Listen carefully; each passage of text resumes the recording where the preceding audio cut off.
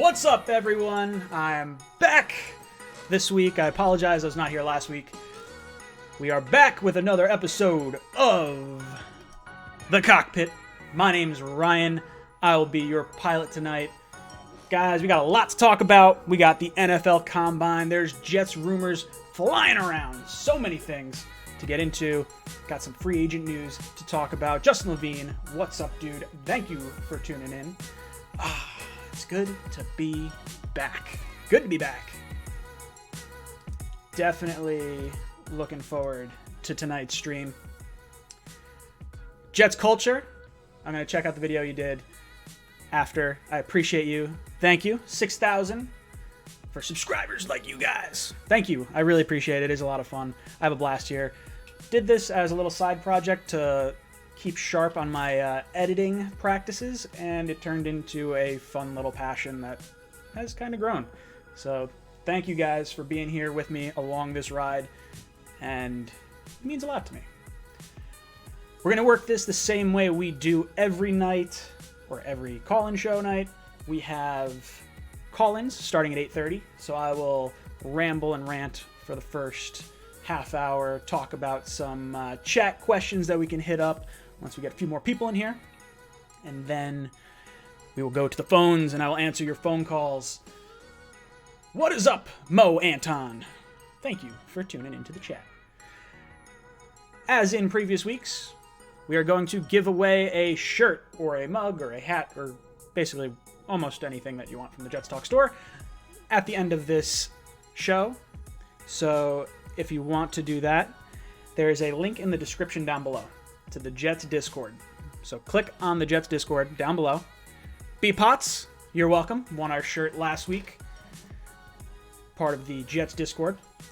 So guys, if you want a chance to win the shirt or hat or mug or whatever it is, go over to the Jets Discord, link in the description down below. Head to the poll section of the forum. Here is the poll question. You have to answer it on Discord. I won't take it on Instagram or Twitter. So, how many fair catches did the Jets punt returner Bake Turner call on November 20th, 1966 in a game against the Miami Dolphins? This is the NFL record for fair catches in a game.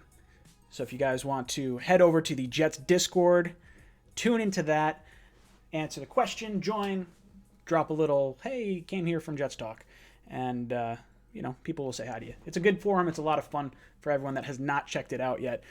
Enough, Ethan. Thank you for tuning in. Osiris, you're my favorite Jet. Are you talking about the ship that I'm driving, the jet that I'm driving? Because I'm not a Jet player. But thank you. Sebastian, what's up, dude? Joe S., Jet Nation, welcome.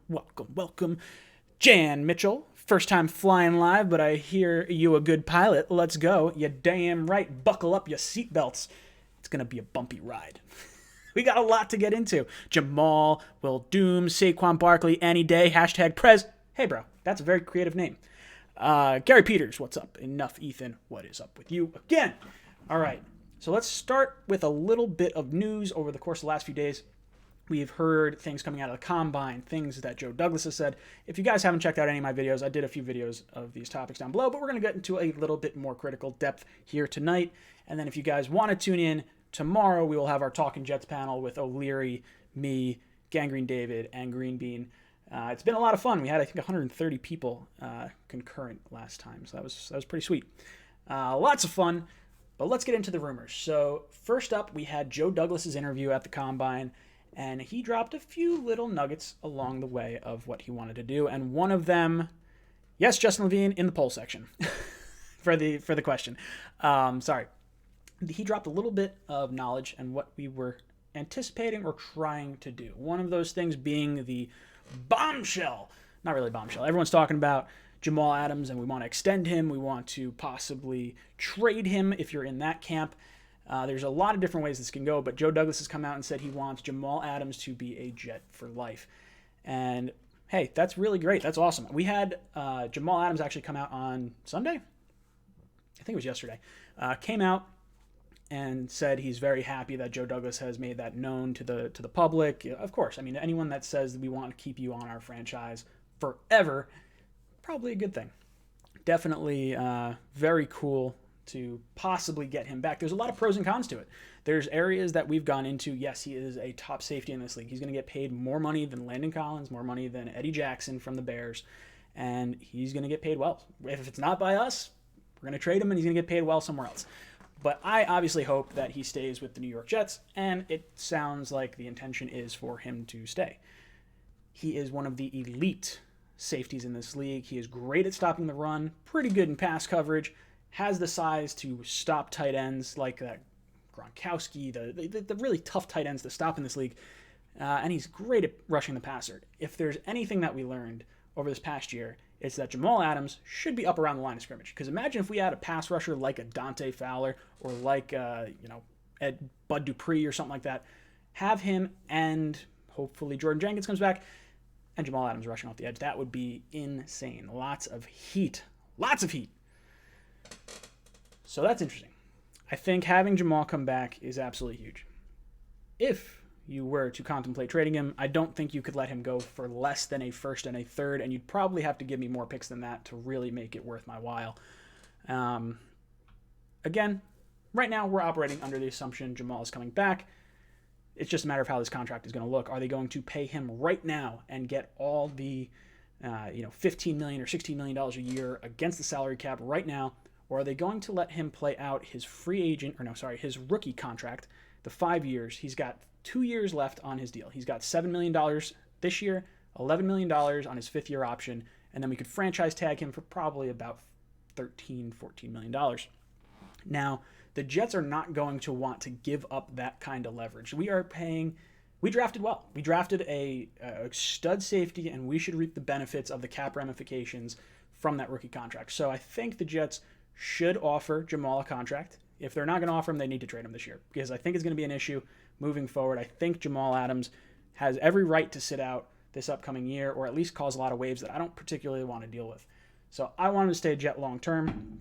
But what do? Do you give up that leverage that you have? You no longer have the ability to have that low cap hit, or do you extend it on the back end? So what you could do is say, hey Jamal, this is what your contract's going to be. It's going to be $7 million, $11 million, $13 million, or whatever it is, and then we're going to escalate it from there. But we're going to give you a big signing bonus, so that way it's like you're getting the $15 million right now. It's like you're getting the $15 million right up front. You're going to get a ton of money. We're going to keep you in here long term. I'm not sure exactly how old he is. He's got to be 23 or 24, third year in the league at this point, or just finished his third year in the league. So obviously, as Jet fans, he is the identity to this team. Sam Darnold obviously is the franchise quarterback, but Jamal Adams is the heartbeat of this franchise right now. And I think if he stays on the trajectory he is currently at, there is no reason to think he can't be one of the all-time great Jets if he keeps improving at this level. And it's something that I think a lot of us should probably hope for. I don't want to see Jamal leave. It would be so frosted. I just bought his jersey last year, so it would grind my gears just a little bit. Yes, he's a little bit of a diva at times. He's got a little bit, maybe too much to say at other points, which is okay. You don't want to totally hamstring your players. It's one of the reasons why the XFL is actually doing relatively well, is because they're letting the players talk. You can kind of get that insight. Hey, look, these guys are human. Why don't you try humanizing the players? Jamal may say some things that I'm not particularly thrilled with sometimes, but you know what? By and large, he is a good person. He's a good player. And he's a damn good Jet. So he's got to stay. In other news, we know that Joe Douglas is possibly looking for an edge rusher. These are some of the Connor Hughes notes that we took away from the Combine. Connor Hughes, a reporter for The Athletic, really good reporter. I really like him. He's probably, I would say, between him and Samini, those are the two guys that I enjoy the most as far as the content that they provide and the quality of content that they provide as far as reporters go. So Connor Hughes comes back from Indianapolis and the Combine with a little bit of news. The Jets are going to try and target edge rushers. One name that he dropped was Dante Fowler. This is an edge rusher that I've been on for the last 2 years, or 2 off seasons. This is going to be the third year now at this point. I would have liked us to trade Teddy Bridgewater or a third-round pick to get Fowler away from the Jaguars. That didn't happen. He goes to the Rams. I wanted him last year. He re-signed with the Rams, and then obviously he's going to test free agency this year. I would really like him. I think he's one of the relatively cheaper options that you could really get at edge rusher in free agency. There's a lot of room to grow. He's still really young. He's only in his 5th year, I think. I gotta look. I'm not sure. I think it's his 5th. It might be his 6th year, but he's still really young. I think he's 25 or 26. I would really like him. He really came on last year. He really has been underwhelming the majority of his career, and a lot of people kind of called me a little bit of crazy, like wanting this guy for the last 3 years, but I still want him. I would not touch Jadeveon Clowney. I love the player. I get it. Dude is an absolute wrecker on that offensive line, but he has the penalty issues. When I did my F Marry Kill series with the edge rushers, we got to see just how glaring those penalties are. I think of the 14 guys that I graded, the closest one to him in penalties was half the amount. He had 50. I think the next person was like 24. It was absolutely insane the amount of penalties he's had in the last 4 years. So I'm not particularly thrilled there. He's missed a bunch of time with injuries. But when he's on the field, the dude is incredible. And he's actually one of the names that Jamal Adams brought up on Sunday as the dogs that he wants to bring in. It was Jadeveon Clowney, Dante Fowler, and Yannick Ngakoue were the 3 guys that Jamal Adams wanted to bring in. Now, if you did not see the news, Yannick Ngakoue is going to get franchised by the Jacksonville Jaguars. This is something I didn't really foresee. I mean, I figured they could possibly make this move because they could clear up a lot of cap. They cut Darius, which obviously sent $20 million their pockets. Oh, Joe S., thank you so much for the $1.99 donation. We just hit 6,000 subscribers today, so I'm really happy. It's been a lot of fun with you guys. Thank you so much for tuning in for all the content. I do this because I have fun with you guys. And you know what? He says fire Gase in 2021. So take it for what you will. I'm not totally on the fire Gase train just yet, but he's going to have to show me a lot more this year. Where was I? Yannick Ngakoue. I thought for sure he was not going to get franchised because of the limited amount of cap space they had. They did have the ability to clear out a lot of this, but he is talking about not staying with the Jaguars. So what's going to happen is they're going to franchise tag him, and they're going to trade him just like what happened to Kansas City Chiefs edge rusher last year. Escaping my name. Signed with the 49ers. You guys will say it in the chat. I apologize. I can't think of the name right off the top of my head. But that's probably what's going to happen. They're going to get a first-round pick for him. They'll kind of recoup. They're going to have 3 first-round picks, probably by D4. There you go. Thank you, Ryder. That's the kind of market that Yannick Ngakoue is going to have. The franchise tag is $19 million. The Jaguars have $20 million in cap space. What is absolutely insane is if they franchise him, they now have $1 million, which means they need to start releasing other players. Now, we've heard Boye might get cut. That would free up a little bit, but they're going to need at least $8 million to sign their draft class. And if they trade Yannick Ngakoue, yes, that frees up, the $19 million, but they're getting another first-round pick, so that's another roughly high, priced piece that you're going to have to account for in your draft signings. So they're still going to have to cut people. One name that I would look for, and I don't know if it's absolutely something that's going to happen because you don't want to let offensive linemen really go, but I think you could see Brandon Linder, the center for the Jaguars, possibly get let go. I think he's an $8 million cap savings, depending on who they have and who they're possibly looking at. That could possibly happen. And that is someone that I would definitely jump on board with because now that frees up your 3rd-round pick. You don't have to take a center. He graded out really well last year. I don't know off the top of my head where he stands as far as the overall ranking goes, but he's someone to keep an eye on. I think Boye is probably getting cut. We already saw Darius get cut.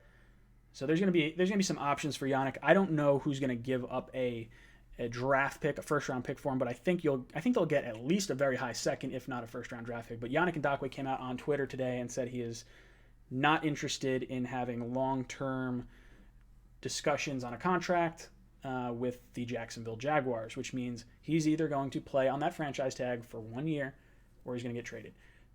I could see it go either way, honestly. I think with them drafting Josh Allen, I think it would make more sense for them to recoup a first-round draft pick.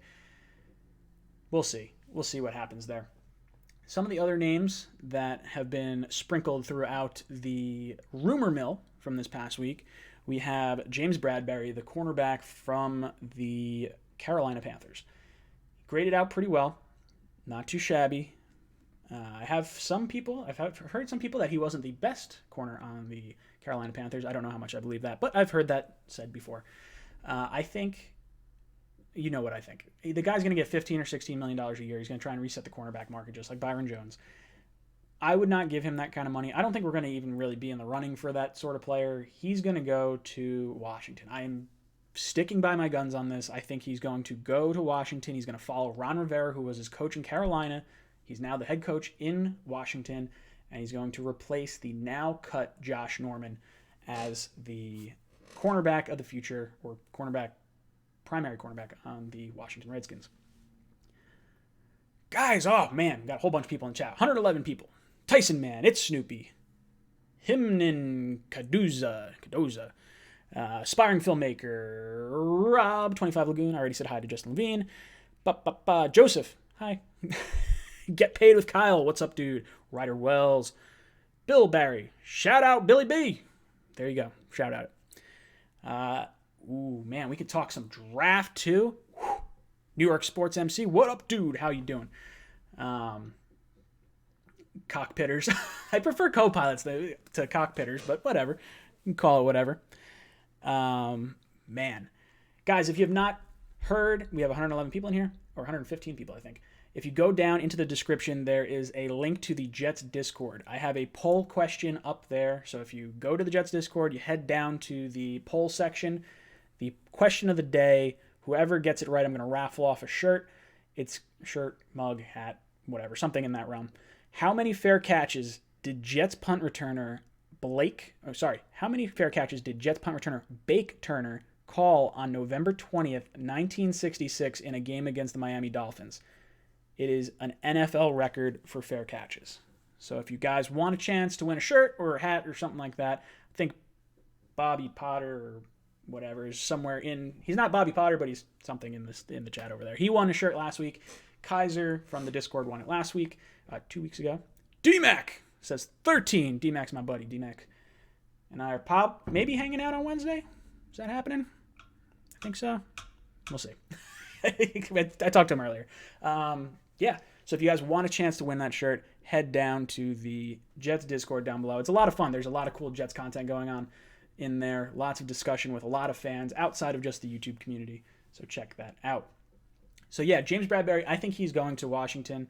I don't think the Jets are going to be in line with that. As far as cornerback goes, he's someone, or the cornerback market in general is something I would like to attack, probably with our second, third round pick. Somewhere in the third round is where I would like to head with that. So as far as free agency goes, I would target that second or third tier free agent market for cornerback. I think Bless Austin showed a lot of promise. You can't totally focus on him because of the injury history. I think when you look at some of these players like Ronald Darby, not a very good season for the Eagles. That Eagles secondary was absolutely terrible, but there's the Joe Douglas connection. He's going to be a lot cheaper.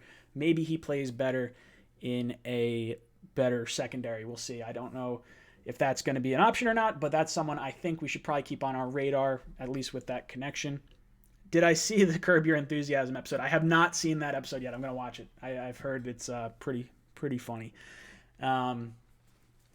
Yeah, I would go after Ronald Darby as a very cheap, low-cost option. I think I would look at Bradley Roby. He's someone I've really liked. He's from the Texans.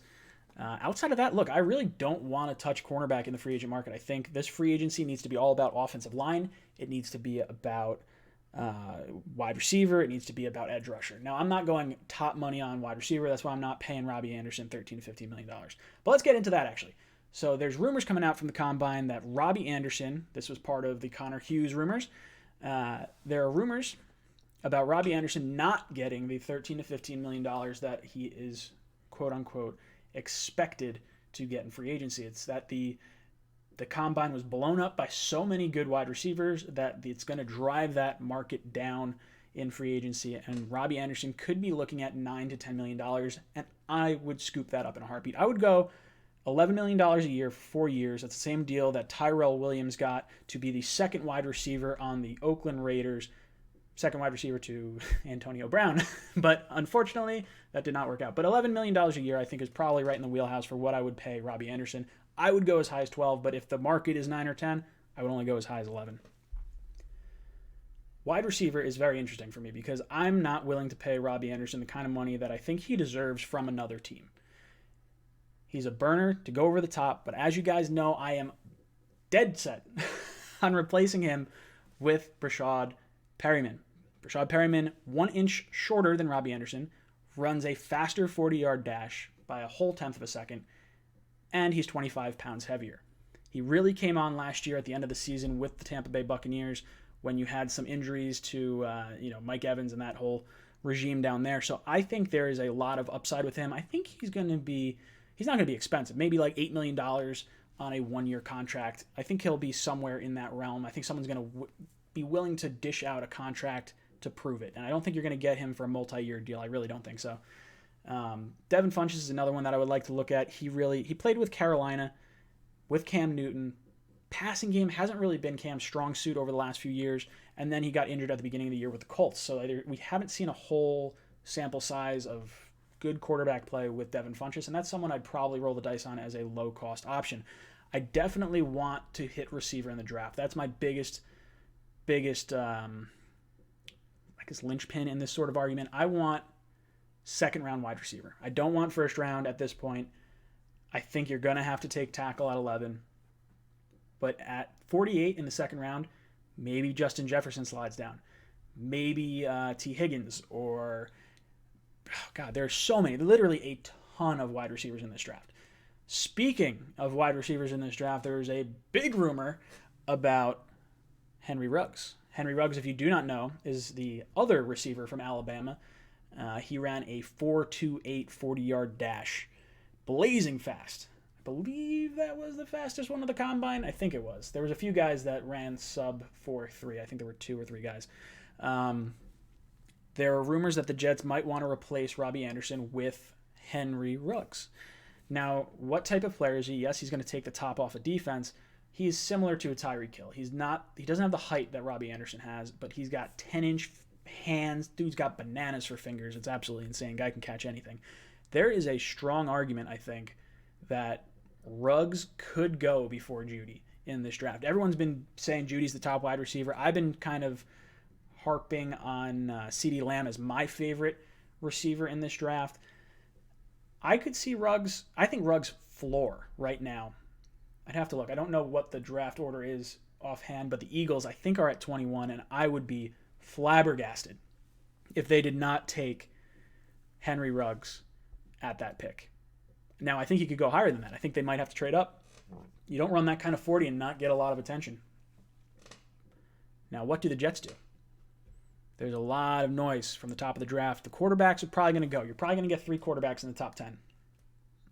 That's going to help the Jets a lot. That's going to push guys down. It's going to allow trades to fall, to move up, for players to fall down to us. I like this a lot because I want to see those 3 quarterbacks go. Chase Young's definitely going to go early. Then you worry about the tackles. There's 4 tackles that you're really going to pay attention to in this draft. It's Mekhi Becton, Tristan Wirfs, losing the first name, but Willis, and Andrew Thomas, the guard from, or the tackle from Georgia. Now, Wirfs is someone that's very interesting. Gun to my head right now, I'm taking Andrew Thomas or Tristan Wirfs. Tristan Wirfs had the, I got to see, I have the stat right here. This is absurd if you did not see this. For this combine,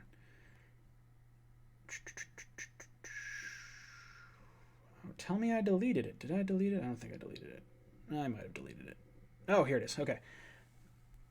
So for this, he ran a 4.85 40-yard dash. That is faster than Joey Bosa. This guy is a tackle. Faster than Joey Bosa. He jumped higher than Amari Cooper. He jumped 36.5 inches. Amari Cooper jumped 33 inches. And he jumped longer than DeAndre Hopkins. DeAndre Hopkins jumped 9 foot 7 inches. He jumped 10 foot 1 inch. So Tristan Wirfs would be him, and I would say Andrew Thomas are the 2 guys as far as tackles go that I am definitely high on at number 11. And then you look at Mekhi Becton. The guy is enormous. You cannot teach size. You can teach technique. You can teach, different skills and different I don't know, different things. Wirfs is going top 5, says Joe S. I could see it. That's not, with what he put up at the combine, there's no reason he's making it to 11. But those are the guys gun to my head that I would want.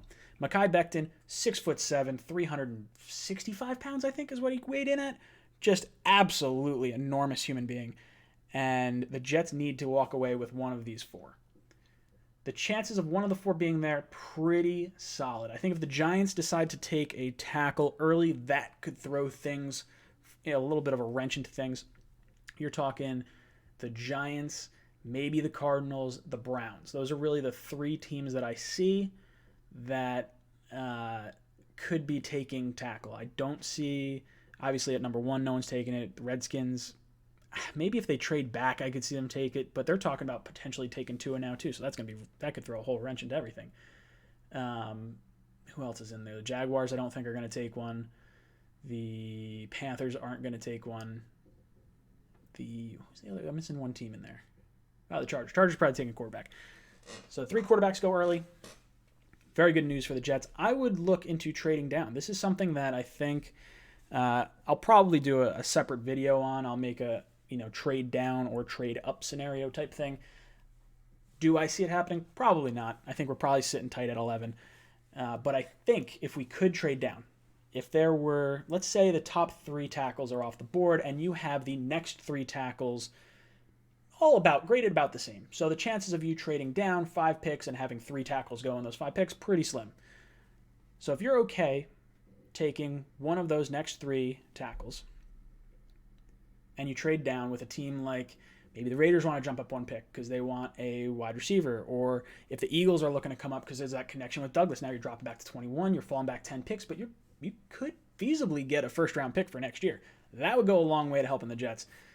Or maybe you get a second-round pick this year. I'm okay with adding picks no matter how it goes. And if you can take a tackle, I think tackle needs to be the pick at 11, because when you look at the free agency and the players that we could potentially bring back, I don't see an option at tackle. Yes, there were those rumors about Jack Conklin and him going to the Jets, and then they blew up, and Schefter 3 hours later goes, no, that's not true. He's not dead set on the Jets. He could potentially go anywhere. There's going to be a ton of suitors for him. The market for a right tackle right now, Lane Johnson is the top paid right tackle. He's getting $18 million a year. Top left tackle is getting $16 million a year, which is a little ass backwards for me if you ask me, but whatever. So his market's going to be in that $16 to $18 million range. The guy's 25 years old. You give him a 5-year contract. He's going to be able to play the entire thing out and be 30 years old at the very end of it. I like Jack Conklin. I have no problem with Jack Conklin. I would be very happy if the Jets brought him in. Here's the reason I don't think it's going to happen. 1, I don't think we're going to be the top bidder for that particular player. I think we're going to go after Thuney and Glasgow. That's who I would go after. I'd go after Thuney first. You weaken the Patriots, you strengthen yourself. That is a very key part of this whole situation. I would definitely go after Graham Glasgow from Detroit because he can play center and guard. Those are 2 areas that the Jets are going to need help in, and you don't know who's going to be available in the draft, so you kind of cover 2 bases with that.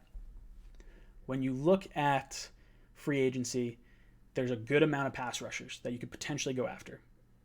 There's not a ton of offensive linemen. Not really. You just invested a 3rd-round pick in Chuma Edoga. Now, I'm not the biggest believer in Chuma Edoga. I don't think he was anything to write home about. I don't think there's any allegiances with Joe Douglas, since that was a Mike Maccagnan pick. But Adam Gase was in the room. I think there are a lot of people, from what I've heard, that believe in Edoga.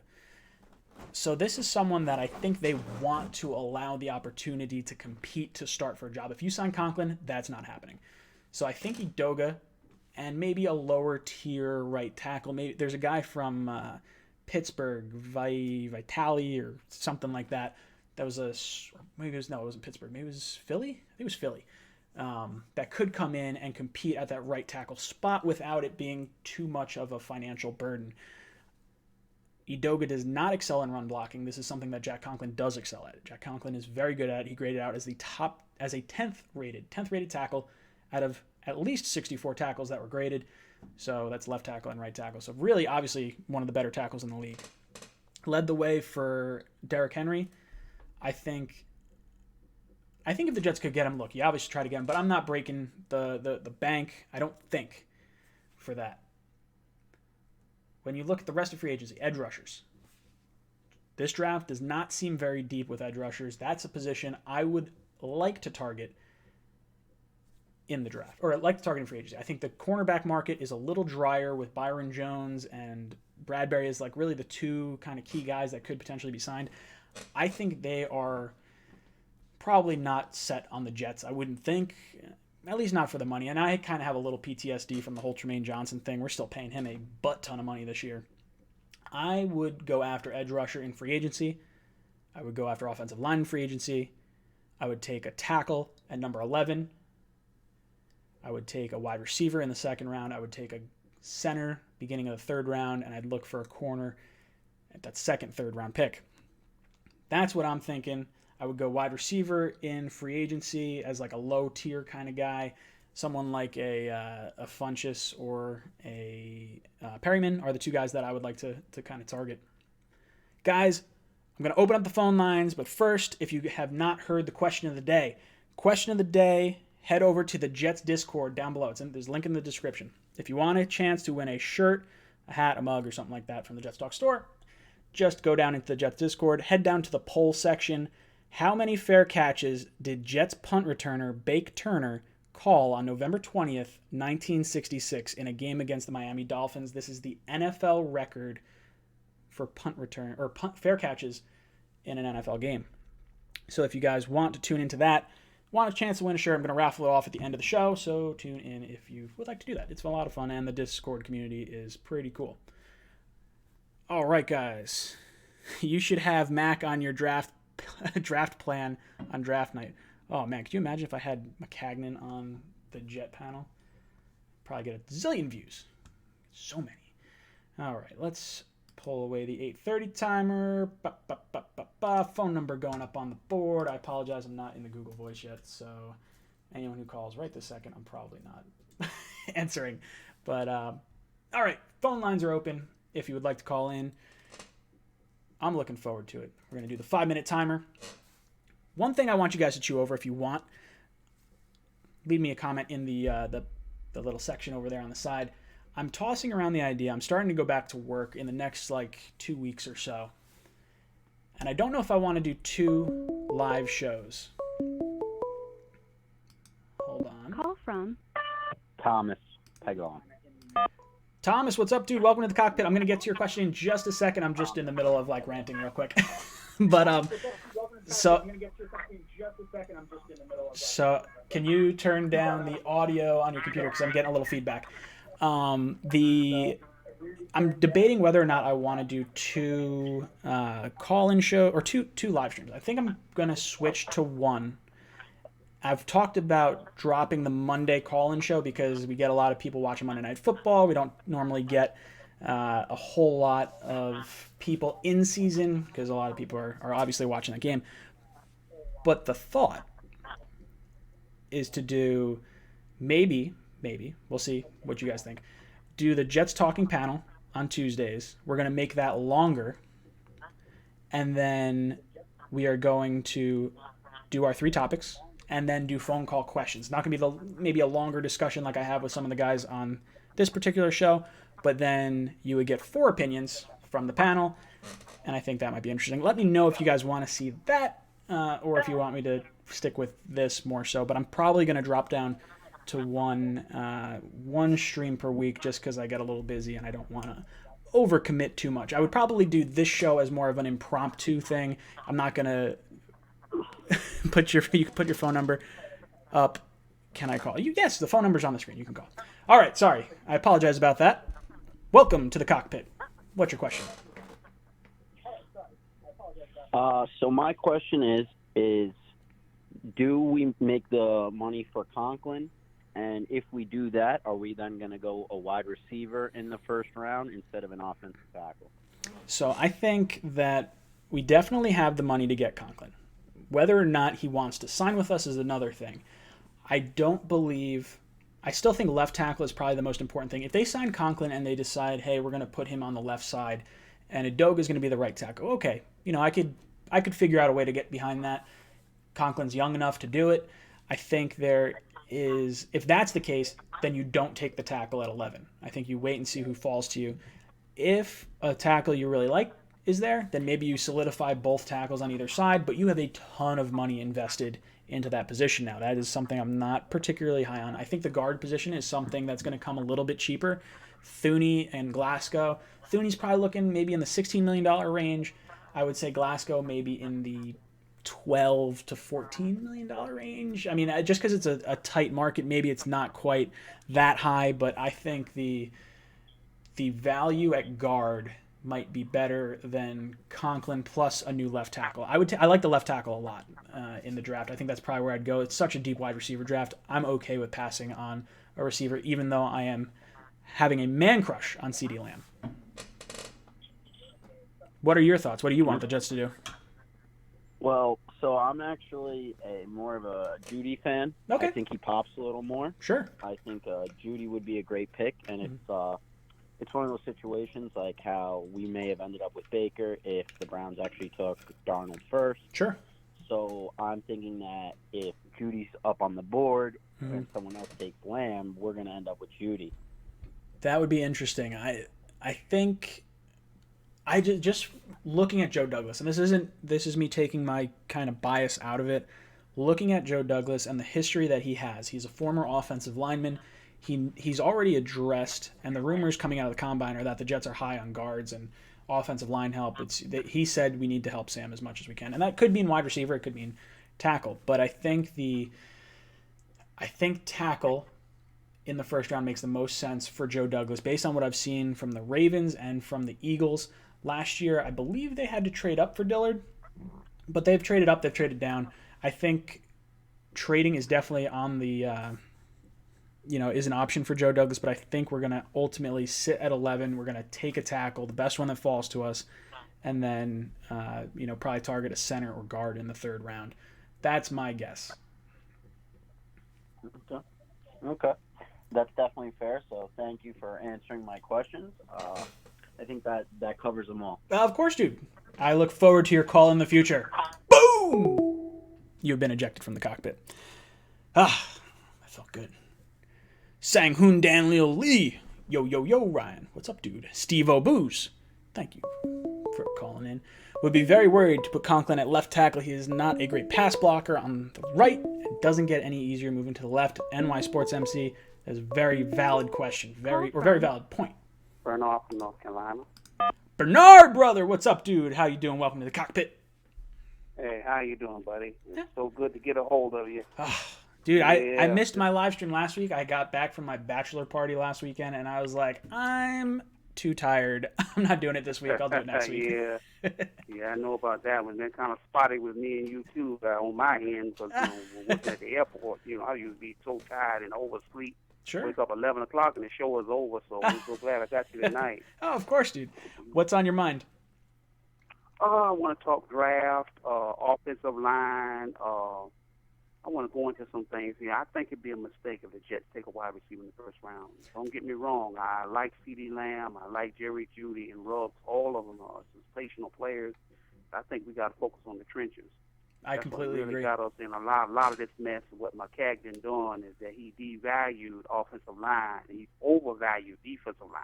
I would say he overvalued positions that shouldn't be as big of a priority. Now I like me some Jamal Adams, but I think I would say all of us, all 144 up here, would agree that hindsight, I'm taking Patrick Mahomes at our pick, and then I'm keeping our 3-second round pick. Now I love Sam Darnold. Like, I have no problem with how it wound up. But I think taking a strong safety that high, taking an interior defensive lineman that high, taking a small linebacker, granted it was at 20, a little questionable. I think McCagnon, and that's why he's gone. That's right. Well, I had a chance to see Mekhi Becton. I just looked at him tonight. I think it's all the I'm trying to think his name. I think his name was Bone something or other. He posted some film breakdown and analysis. This guy is a monster. They say he was freaky. I didn't know he was that freaky. Dude, he's like enormous. A man playing in the backyard with kids and shoving the kids around. Dude, he's 6'7". I want to say he's like 365 pounds or something like that. I don't know offhand. Yeah. Guy's enormous. You can't teach size. That's the biggest thing. Yeah. And I see the natural strength in him, but that guy can just get just basic fundamentals. He's going to really be scary. I would probably favor the Jets taking him, but I don't think I'll be quite ready to go on and throw him at tackle. not in the pros. I'd rather go in and slide him over the right tackle and I'd be just as satisfied. He'd be a tremendous upgrade. Yeah, I think we definitely need left tackle. I think it's a position we're just not going to be able to get in free agency. Maybe you look at Kelvin Beachum. Like, I would bring back Kelvin Beachum. I think that's probably a smart But you know what move. it is? Because teams just don't let offensive linemen hit free agency. You know that. You've been watching like I have for decades. Sure. They just don't do that. Teams always resign. The Dolphins situation with Jake Long was a rare exception. You remember Jake Long? Oh yeah, absolutely. His was a rare exception when he left Miami. He was regarded at that time as one of the best tackles. But you never see teams let tackles of that caliber leave. They usually tag them or they do something with them, you know? Yeah, you don't really see offensive linemen hit, which is why the Jack Conklin thing is really interesting to me, because it's not that they don't want him. He had injury issues. They didn't re-up his fifth-year option, so he's allowed to test free agency. They can't franchise, or actually I guess they can franchise him, because they didn't extend run it. out of options. So what it is, he didn't go out there and test the market and see what he's worth. Exactly, and they get So two the team is tags. just powerless. They can't do anything about it. Now To here's me, if one of those 4 tackles falls to us, either way we can't lose. They're a tremendous upgrade. All 4 of them rate well. They kind of reminds me of the quarterback class, where all those guys are rated pretty high, and it's a big upgrade. I think it will be an upgrade if we get Wirfs, if we get Willis, if we get Becton, if we get Andrew Thomas. Either one are a huge upgrade for what we already have. What do you think? I agree. Look, I don't think you can get too much lower than what we had this past year. Now, granted, I think Beachum was probably our best offensive lineman this season, and I would bring him back on a 1-year reasonable deal. If he wants too much money, I would look at Jason Peters from the Eagles. He is very old. He's 38 years old, so he's not playing very long. But he could help you ease a So you year. really want to do it with a mixture of adding a couple of linemen through the draft and then maybe mix it up with some veteran presence you think would be the best bet? Correct. Formula for us to stabilize this line. Okay. I think don't you're right. I don't trust that they're going to have the tackle they want at number 11, so I think you have to sign maybe a safety net of a player beforehand. I think you go for one of the guards, you go for Glasgow or I'd be Thurney. kind of shocked if all those tackles, all 4 of those guys are gone by the time we pick. I'd be kind of shocked. I agree. But I'm thinking I think quarterbacks 3. are going to go the middle linebacker, Thomas, Isaiah. I think Isaiah Thomas, something Isaiah like that. Simmons? He's going to go. I think that corner could go. I'm keeping my eyes on that. Oh, that Akud is corner definitely goes, gone. That means one of those tackles is going to get pushed to us. Yeah, that's what I'm Keep thinking. my eyes on the Giants. That's one of the teams I'm keeping my eye on closely because what they do could affect us and the rest of that bowl how it flies to us. So It's really the Giants are really a key factor in all this, because if they trade down for a team looking for a wide receiver, there's a real good shot that they might take one of the tackles. I think Soldier can be cut after this year. So you think if there's a trade up, somebody will actually trade up for a wide, usually a team make a jump like that, 9 out of 10 times, it's always for a quarterback.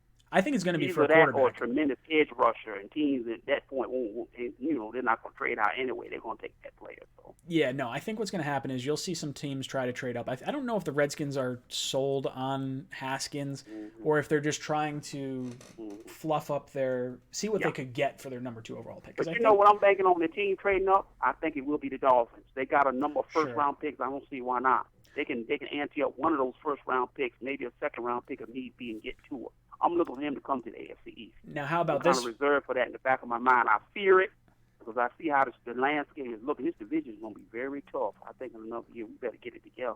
Now, how about this for a dark horse team to possibly trade up? And I'm just putting this together. It may not make sense because they have Nick Foles and they got Gardner Minshew.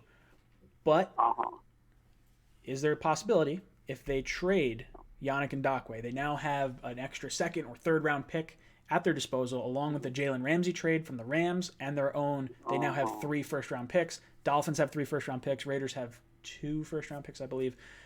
So there's a few teams that have the ammo to come up and get a quarterback. I think the Dolphins are easily the best positioned but to the move up. Dolphins are in a better spot where you don't have to trade down that far. It's not going to hurt your position. You're still going to get one of the top-tier Pro Bowl caliber players.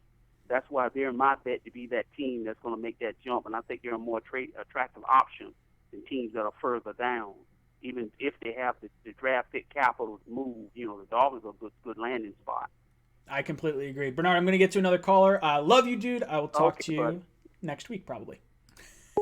You've been ejected from the cockpit. All right, guys, if you've not answered the question of the day, down in the description down below, there is a link to the Jets Discord. Once you click on that, you'll see a little section that says poll. Hit that and then answer the poll question to get yourself entered to win a shirt, a hat, or a mug or something like that. How many fair catches did Jets punt returner Bake Turner call on November 20th, 1966 in a game against the Miami Dolphins? This is the NFL record for fair catches in a game. So head over to the Jets Discord. Don't answer it in the chat. Head down to the Jets Discord, answer that question, and get yourself entered. I'll raffle off the shirt at the end of the night. Welcome to the cockpit. What's your question, caller? Hey, what's up, Ryan? It's Steve. How you doing tonight? Hey, dude. How you doing? I'm doing all right, man. Just just enjoying talking some Jets. So I'm excited. What's on your mind? So obviously, the combine things are all rumors, but even in the interviews that have gone on with the team, it's good to at least see the priorities are different, which is actually the correct thing this offseason. Like like you've said in the past, like what the Bills did is probably the model the Jets should have done this offseason. I think that's why I've been jealous of what the Bills have done this year. So at least, they're talking the right things. They got to actually do it, but at least, there's some optimism that they're going to make better decisions right now. Mm-hmm. Sure. Yeah, I think there's a lot of hope. I think Douglas, I'm not super high on Adam Gase, but I'm very high on Joe Douglas. I think he was a very smart hire. Yeah, he makes me relax when I'm in like a panic mode or something. Oh yeah, well that's just it. You look at who he's come from. He's come from Ozzie Newman. He's come from Ozzie Newsome and Howie Roseman. So I think that's two really good GMs that he's learned from. From what I've heard across the league, this guy was like highly, highly rated, and maybe we don't get him if we fire Maccagnan before the draft last year or after this season. I think Douglas probably gets scooped up. So in a weird roundabout way, as much as we paid our price of getting our lumps taken this year, I think it would be very interesting, very, very positive that we got Joe Douglas in a season that has been otherwise sad. Yeah, I'll only touch on it for a second because we can't change the past. But I can only dream what could have been if Bowles and Maccagnan were fired the same night. Yeah, seriously, if they both went, I don't think Le'Veon Bell's here. Now, I was really on board with the Le'Veon Bell signing. I think the Jets had an excess of cap space. Yeah. I'm still okay with the signing. I don't think we're going to spend the $75 million in cap space this offseason. I think we're going to roll over some cap after this year. And I think it's something that should be noted. Like, hey, if you're not going to spend the cap, who cares if it costs $15 million in 1 year? I mean, yeah, you could roll it over, but there's only so much money you can actually roll over. So, I don't know. Yeah. I was happy with that. There's like a rollover cap, too. I don't know the specifics on that, but sure. So I don't know. Going back to the draft, so you got to get a tackle at 11, wide receiver, second round, and then the third round I think I'm going to go. It's hard to say. If we do have a really good free agency, the third round's only going to be defense. It's going to be corner and pass rusher in one of those two orders, and then do what you got to do for the later rounds. But that for the first three, that's what I would want to do. So I think tackle's got to be the pick at 11. I love CeeDee Lamb. I really like Jerry Jeudy. I just don't see a situation where we get enough talent in free agency on the offensive line that I feel comfortable taking a wide receiver in a deep wide receiver class. Yeah, so out of all the free agent linemen, regardless if it's a guard or a tackle, who are you putting all your money in if you had to choose just one of them? If it's a guard in free agency, you mean? Or draft? In the draft. In the draft. Andrew Thomas has been the highest rated tackle all season. And to see him fall a little bit now, because I don't believe he was at the Combine. I have to look, but I don't think he was at the Combine. And if he's starting to fall down draft boards, I'm definitely okay with the Jets taking him. Now, I think Wirfs just absolutely crushed the Combine. And if Jets aren't going to get a shot at him because he's a freak of an athlete. He did what he needed to do to get taken in the top 7, 8 picks, whatever it is. Right. I would take probably Thomas would be my first pick after Wirfs, assuming he's gone. Becton would be my third. I'd say Wills would be the fourth. But I'd be happy with any one of them. I think they're absolutely an upgrade from what we had last year. Yeah, and the goal is, that hopefully that guy lasts a decade if everything goes to plan, You don't want to ever have the revolving door that we've had physically, letting the defense go to the quarterback and, in terms of contracts, it's been a revolving door in both of those aspects. But, it's just exciting to see what they do in free agency. But I think they got to just do maybe just an edge rusher and a offensive lineman in free agency, worry about everything else in the draft. Yeah, 'Cause I think I'm done with cornerback contracts. that's what I have. I have some serious PTSD with that whole Tremaine Johnson contract. I would like us to go a like second, third tier wide receiver in free agency. I've said Rashad Perriman a lot. He might cost you a decent amount on a 1 year deal, maybe like $8 million on a prove it deal. I would be okay with that. I would look towards an edge rusher. I don't know who you could probably get. Judon sounds like he's going to get franchised from the Ravens, and Dockway is going to get franchised. So Clowney's out there. I don't really want Clowney. I think he'll probably pick. No, me neither. He'll go elsewhere. I would probably. I mean, I've been on board with Fowler. I've been totally on board with Fowler for a long time. I don't like Vic Beasley. That's someone I'd probably want to stay away from. I think a lot of his stats are fluffed up. I don't believe he's as good as some of his sack numbers would indicate. Yeah. So Jamal at the combine yesterday, he was down on the field while they were talking during the drills and stuff, and he said, "I like the Jets can get Dante Fowler." Like he even said that yesterday. Yeah, he said 3 players. He said Clowney and Dockway and Fowler, and I don't think Clowney's going to be an option. And Dockway, I don't think we're trading for because he's going to get the franchise tag. I really think Fowler is an option for us, and I'm hoping that after 3 years of flirting with the guy or 2 years of flirting with the guy, we flirted with him prior to the draft. We flirted with him like the last 2 years in free agency. I'm definitely on board with Fowler. I could ride or die with him. I don't know what he's going to get paid on a 1 year. Probably not a 1 year deal. I'll pay him a 3-year deal, $14 million a year. I mean, yeah, it's a little bit of money, but edge rushers are getting $19, $20 million right now. If you give him 14, it is what it is. You got to pay the guy. He got $12 million this past year on a 1-year deal. I mean, maybe you get him cheaper if you can get him on a multi-year deal for $10 million a year. Whew. Man, I would absolutely do it. Mm-hmm. Yeah, so one more quick thing, and I'll let you get to some other callers. But sure. So regarding Brian Winters, I know what Joe Douglas said, but I think he's just saying that until he at least knows he has 5 or 6 other guys with contracts, and then he'll release them later, like in the off season. I think he's just saying that now because he doesn't know how things are going to play out. But once eventually the spots are filled, I think they're going to have to dump him. Yeah, I think we're definitely cutting Brian Winters, and the way Douglas said it. Because he said, if you guys didn't watch the interview, he said something along the lines of Brian Winters is a really tough guy. He is the only returning day one starter on our line. And it definitely felt eerie. It was like, well, what are you getting at? Are you trying to bring Brian Winters back? Because none of us want to bring him back. And I think that was tongue-in-cheek. I think he's definitely going to get cut. I think we're probably going to bring back Alex Lewis to play on the left side. And then that gives me a little pause because he said he wants Jamal to be a Jet for life. But we saw last year, I think it was at the Combine or just a few weeks before the Combine, Odell. We want to keep Odell long term. We're going to work on a contract and this and that or whatever. And then like a week later, they trade him to the Browns. So who knows? Dude, these guys lie through their teeth all the time to protect their own interests. Everything is a smokescreen. Maybe the Jets are saying we want him as a lifetime Jet, and Jerry Jones is like, oh, well, here's your offensive lineman, a first-round pick. I would trade Jamal Adams for one of those stud linemen from the Cowboys and their first-round pick every day. 100 times out of 100. It's only 6 picks after us. That's not that bad. And then you get 11, you get 17, and a starting offensive lineman. Sign me up for it. Now, I love Jamal. I hope he stays here long term. But, man, if I could get a starting offensive lineman, a good Pro Bowl caliber starting offensive lineman, plus a first-round pick, I think I have to make that move. Thank you so much for calling in, dude. Yeah, take care, man. I was just gonna say, I just thought it's crazy that Odell got traded and Bell got signed with the Jets the same night. I just remember that. I don't know if I remember Odell getting traded that night. I remember I was tuned up. I think I had run out of beer and I started going to Tito's. And I just started ranting about the whole Le'Veon Bell thing. We had like 200 people in here, and I'm just like, oh my god! The audio is all jumped up. He was like midnight or 12:30. Oh, it was late. I think Odell was traded like 7 p.m., like 5 hours before or something. Dude, I had planned on doing maybe a 2-hour live stream. I was like, oh, we'll talk about it. And then they're like, no, keep going until he's signed. And it was like a 4-hour live stream of us just jumping up and down. We got him. It was awesome. That was awesome. All right, man. Take care. I'll talk to you soon. Take it easy, brother.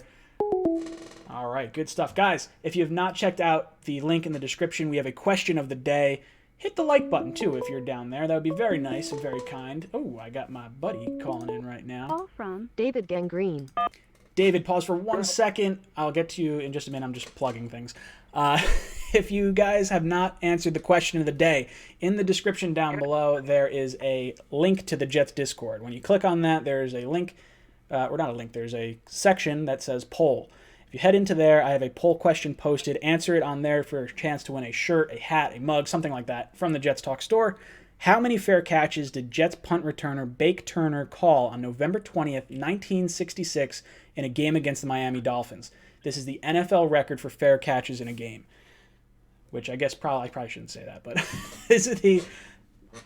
How many was it? Go answer it on the Jets Discord. David, my brother, what's up, dude? How you doing tonight?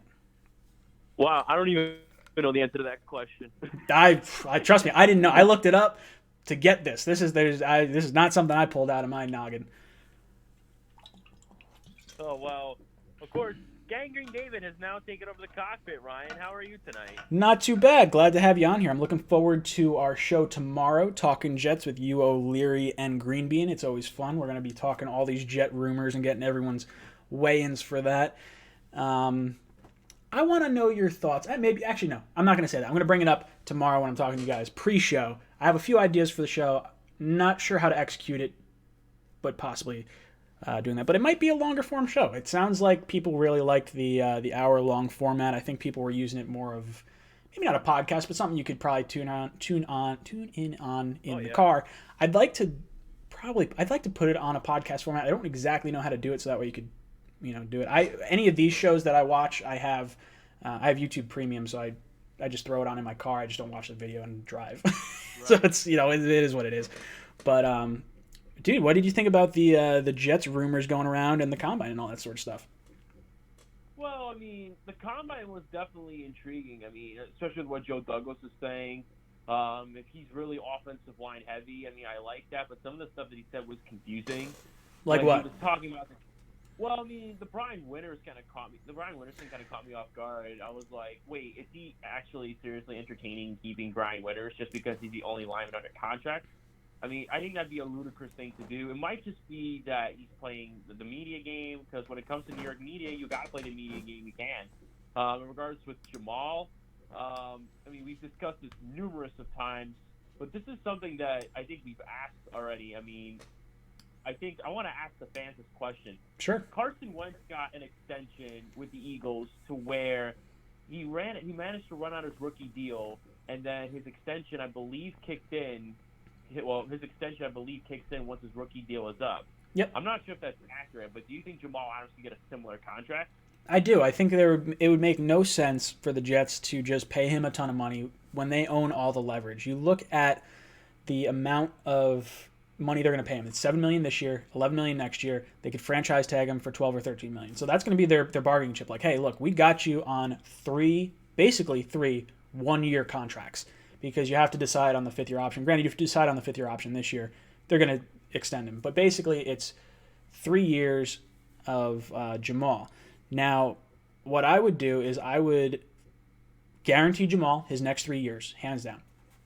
And then I would give him a signing bonus that makes him the highest paid safety. Because I think if you do that, he gets his money now. We have to deal with the cap ramifications in the future, but at least he's getting guaranteed money. He's getting enough of it to really make a difference. I don't know if he's going to go for something like that. Maybe he just wants $15 million right out the gate, plus a signing bonus. Who knows? Because that's the one thing that would concern me. Because the whole thing with Jamal, I mean, I could see the trade talk, but even though we're all on board with extending him, this is just a roll the dice thing with Jamal. I mean, it all comes down to what Jamal really wants. I mean, is Jamal going to demand his money right now if it's going to be a Revis situation, or is he going to actually be a blue-collar leader where if I'm Joe Douglas and I'm telling him, listen, we would like to extend you, we would like to have you long-term, but you have to understand we have a young quarterback that we want to protect, we want to protect the teammate, and we want to build around him first. We have so many holes on the roster, and we want to focus on that first before we get to your extension, and hopefully Jamal can understand that from a business standpoint. So this is just a roll the dice situation with Jamal when you have a lot of holes on the roster. So it all comes down to whether Jamal's going to end up demanding his money right now, which would be ludicrous considering that it's only his third year. Yeah, look, I think it could be very bad. It could go nuclear if the Jets are like, hey, look, we're not paying you for 3 years. And he's just like, well, I'm going to sit out. There's no reason for me to play and risk this. Now, he would lose $7 million. The Jets would still hold his rights, so it's not great, but you'd probably wind up trading him at that point. And I don't think you want the face of your franchise, someone who has been a rock-solid leader during a lot of bad days for the New York Jets. He has seen a lot of losing since coming into the NFL. And I think he's someone, if Jamal Adams can't get a long-term deal done with the Jets, what type of player can? You can't go to your locker room and say, hey, look, see how that guy acted? He was the perfect Jet. He did everything right. We traded his ass to Dallas. That's what they're talking about right now. You cannot trade Jamal, or you cannot not pay Jamal, I think you have to. Now, if someone blows you away, now I said I would trade Jamal if you got a starting Pro Bowl lineman from the Cowboys plus their first-round pick. In a heartbeat, I would give it up. I don't think it's going to happen. I think he's going to be a Jet long-term. It comes down to monumental compensation, but I think Joe Douglas is going to extend him. I mean, he's an absolute cornerstone of this franchise. And we mentioned this before, you pick him up long-term, he becomes your number one recruiting tool. I mean, this is the same guy that recruited Le'Veon Bell, and now he's going to try to recruit guys like Dante Fowler and all these other guys. So we'll see how that turns out. But I'm actually also really intrigued about the offensive linemen in the combine. I mean, I made a video on it yesterday. Mm-hmm. The top four that stand out to me, Willis, Wirfs, Thomas, and even Mekhi Becton. Mekhi Becton, absolutely. Like each of these linemen, you pick at 11. I think we can all agree that the Jets should go offensive tackle at 11. I think the receivers should be plan C. I think my plan B would be to trade down if if those four tackles don't fall. I'm trading down, and then the receivers would be plan C. But look, I love me some CeeDee Lamb. There's nothing more I would love than to watch the Jets get a premier wide receiver in the first round. But I think you're right. Look, I think you got to take tackle because I just don't see an option for the Jets in free agency unless they just want to. The chances of us picking, we're probably going to be picking in the mid-teens next year. And you don't know if you're going to get a tackle next year if you were to sign Beachum on a one-year contract or Jason Peters on a one-year contract, whatever it is. But those guys aren't long-term answers. You can get a long-term answer this year. There's 4 good tackles coming out in this draft, and one is probably going to be available at 11. Exactly. That's why, especially since one of the tackles is probably one of the best solutions to provide long-term continuity for Sam. Sure. That's what you want on the offensive line. You want continuity. And yeah, absolutely. Being that we have a really whole roster, you got to aggressively address offensive line. So that's why, like, if Joe Douglas, it's a smart move trying to aggressively pursue a guy like Thuney or maybe even a Conklin. But personally, I would prefer Thuney because Conklin has a little bit of inconsistency in pass protection. He's more of a run blocker. Sure. But Graham Glasgow is another guy I'm looking at too. So we'll see what. So Glasgow's someone I want for the Jets. I want Thuney. Thuney's number one on my list. I think if you can weaken a division opponent while making yourself stronger is always something that you should really seriously consider. If there's too high of a market for him or we just can't rope him in, I'm definitely on Graham Glasgow. He can play center or guard. I think that's really important. Guys, we have 151 people currently in the chat right now. I have 41 likes on this video. Mario from #Sports, my good buddy Mario, that does Buffalo coverage, told me if I get 100 likes in the next 4 live streams, 100 likes, I get to put his ass through a table. So I am. Oh my God. You guys better hit the like button. I better see this jump up to 100. I better right be now. there in person when you do it. This is something we've been talking about. He's just like, oh, you know what? I'll tell you what. You got 100 likes, 4 straight videos, 5 straight videos, whatever it was. He goes, I'll let you put me through a table. I met him up in Buffalo. We went out to dinner. Me, him, and actually my buddy Dan, who's he might be in the chat still. Real good guy. And to put this in perspective, Mario is like 6'3", and I'm like 5'9". I can't lie and say I'm 5'9" and a quarter. I am like dead on 5'9". So. Are you sure? Oh, I'm dead sure. I know for a fact. I remember every time we hung out. I'm almost positive you were almost my height. That's not true at all. You're pretty tall. You're like you got to be 6. Every time we hung out. Nope. Bab's sitting down. That's more what it is, maybe. No, probably not. Look, I'm not the tallest guy in the world, but Mario is like 6'3" and absolutely enormous. I don't know what his weight is offhand. If he's in the chat, he might. Yeah, I'm sure he'll pop in at some point during tonight, but I'll ask him then. He's a thick guy. I'd have to really. I hope I stand on a table and or stand on a chair just to get him up high enough to land him on a table. Exactly. But dude, I'm gonna get some other callers. But dude, it's always great talking to you, man. Guys, make sure you subscribe to Jets Talk 24/7. Also, congrats on 6,000, dude. I mean, you Thank you. 100% deserve it. Your content is just extreme, fantastic quality. I mean, I love the editing you put in your content. Your insight is very underrated, and I love working with you and Matt and even Greenby on a weekly basis. And you know what? One of these days, bro. I mean, when we're not dealing with the Jets and whatnot, just go out and grab some dinner one of these days. Just a couple of good YouTuber friends hanging out. It'd be fun, but definitely subscribe to my channel if you haven't. But also subscribe to Ryan, and be sure to catch us tomorrow night at 9:00 p.m. Eastern. This panel is going to kick ass like it always does. Absolutely, dude. Thank you so much for calling in. Gangrene David, go check him out on his channel. He'll be on the Talking Jets panel tomorrow with Matt O'Leary, Green Bean, and myself. We're going to be talking all these topics, the combine, the rumors, the free agency, the draft, all these different things that we're really going to dive into a little bit more tomorrow. I think I need to refresh this page because I don't think calls are coming in. All right. There we go. Guys, we have 142 people in the chat. I have 64 likes currently on this video. I'm disappointed. I want to see 100 likes to put Mario through a table. Call from Matt. Matt, what's up, dude? Welcome to the cockpit. Hey, man. What's good, man? How you doing? Hanging in there. What's on your mind? Man, just loving the Jets, man. Even though it's a hard time, loving the Jets. Love it. Oh, dude, loving the Jets is like being... I shouldn't say this. It's just like being in an abusive relationship. You love them so much, but they keep giving you black eyes. I apologize. I'm probably going to get demonetized for that, but whatever. It is what it is. What's on your mind, brother? A little bit of everything. Honestly, besides the hate, how you feel about Adam Gates' second year? Look, I don't think there's a coach out there that could have done well last year given the circumstances that happened. He wasn't allowed to talk to the scouts about drafting players because Maccagnan did not want an unfair bias against him. He had something like $75 or $80 million on the IR, which is more than double the next closest team when you factor out quarterbacks, because like the Steelers were up there, the Panthers were up there, and the Redskins were up there, but they were missing a $20 million quarterback. The Jets had their quarterback, and they were missing $80 million worth of talent.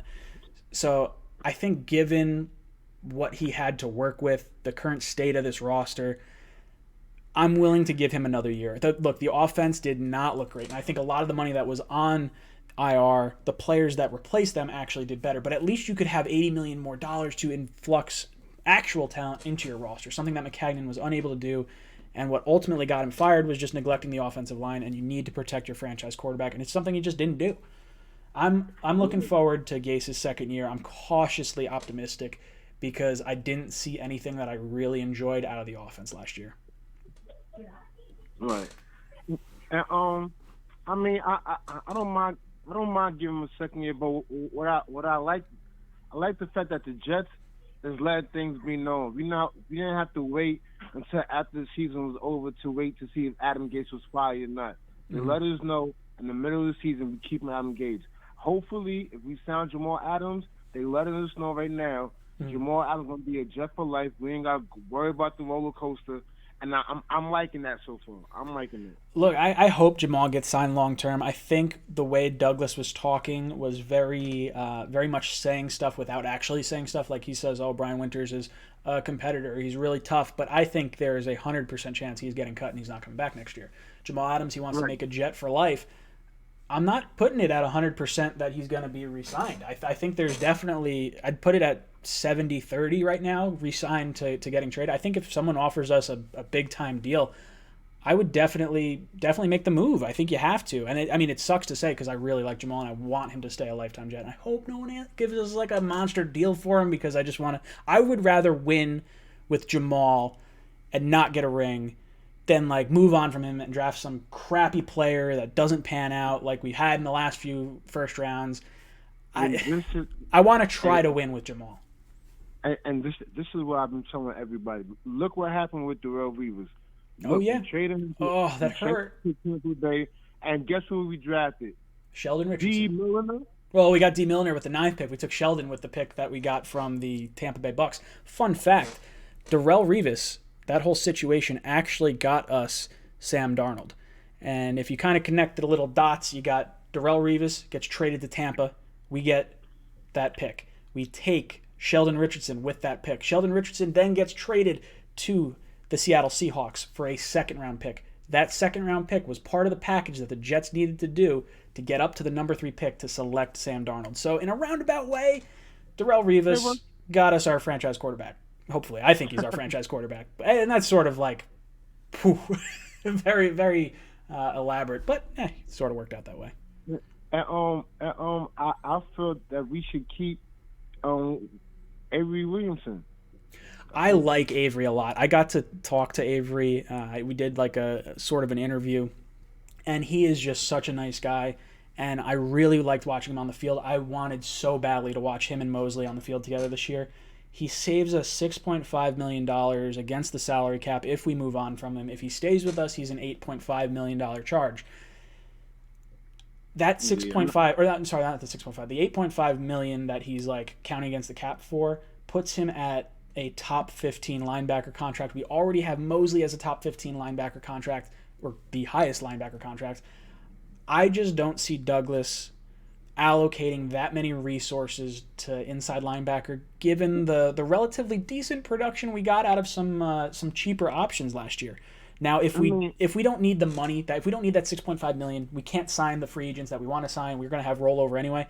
Please hold on to Avery Williamson. I do not want him to leave. I really like him. I think he's a really good player. I think he's going to bounce back from the ACL tear. Me too. And then on top of that, I really believe it's only for 1 year. If it don't work out, then we don't have to re-sign him. Perfect. I agree. I completely agree. It's only for 1 year. I don't believe that we should bring Robbie Anderson back. I don't think we are, but I don't believe he's worth that type of money. I'm so happy that hopefully we keep Le'Veon Bell. I believe if we build this line and we keep Le'Veon Bell and we put a little more pieces, I mean, I know it may sound like deja vu, but if we do this right, man, we could be a fighter. I don't know about the players, but we could be a good fighter. Look at this. There's a really good chance that the playoff format is going to be 7 teams in the AFC, 7 teams in the NFC, and I think the Jets can be one of the top 7 teams in the AFC next year, even with a really hard schedule. We're playing the NFC West and the AFC West. Not going to be easy for that, but I think the Jets are going to be able to compete. I think if you get an offensive line around Sam Darnold, you hold on to Le'Veon Bell. I don't think we're moving Le'Veon Bell just because his contract is not very friendly from a trade perspective.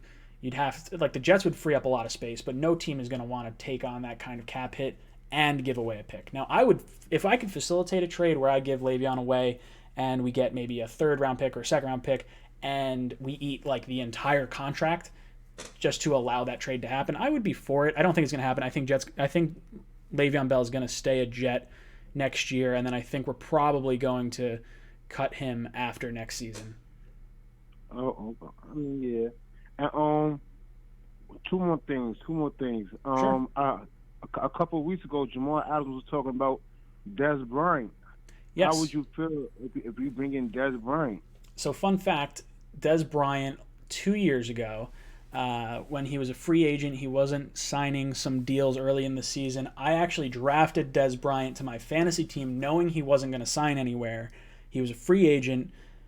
I took him with the last pick in my draft, and then he signed with the Saints. And I was like, I knew it! He's going to sign with a good team come playoff time, and it's going to ride me all the way to the championship. I wound up winning my league, even though Dez tore his Achilles like the first practice with the Saints. I like Dez Bryant a lot. I don't know how much he has to offer. He's 30 or 31 years old right now.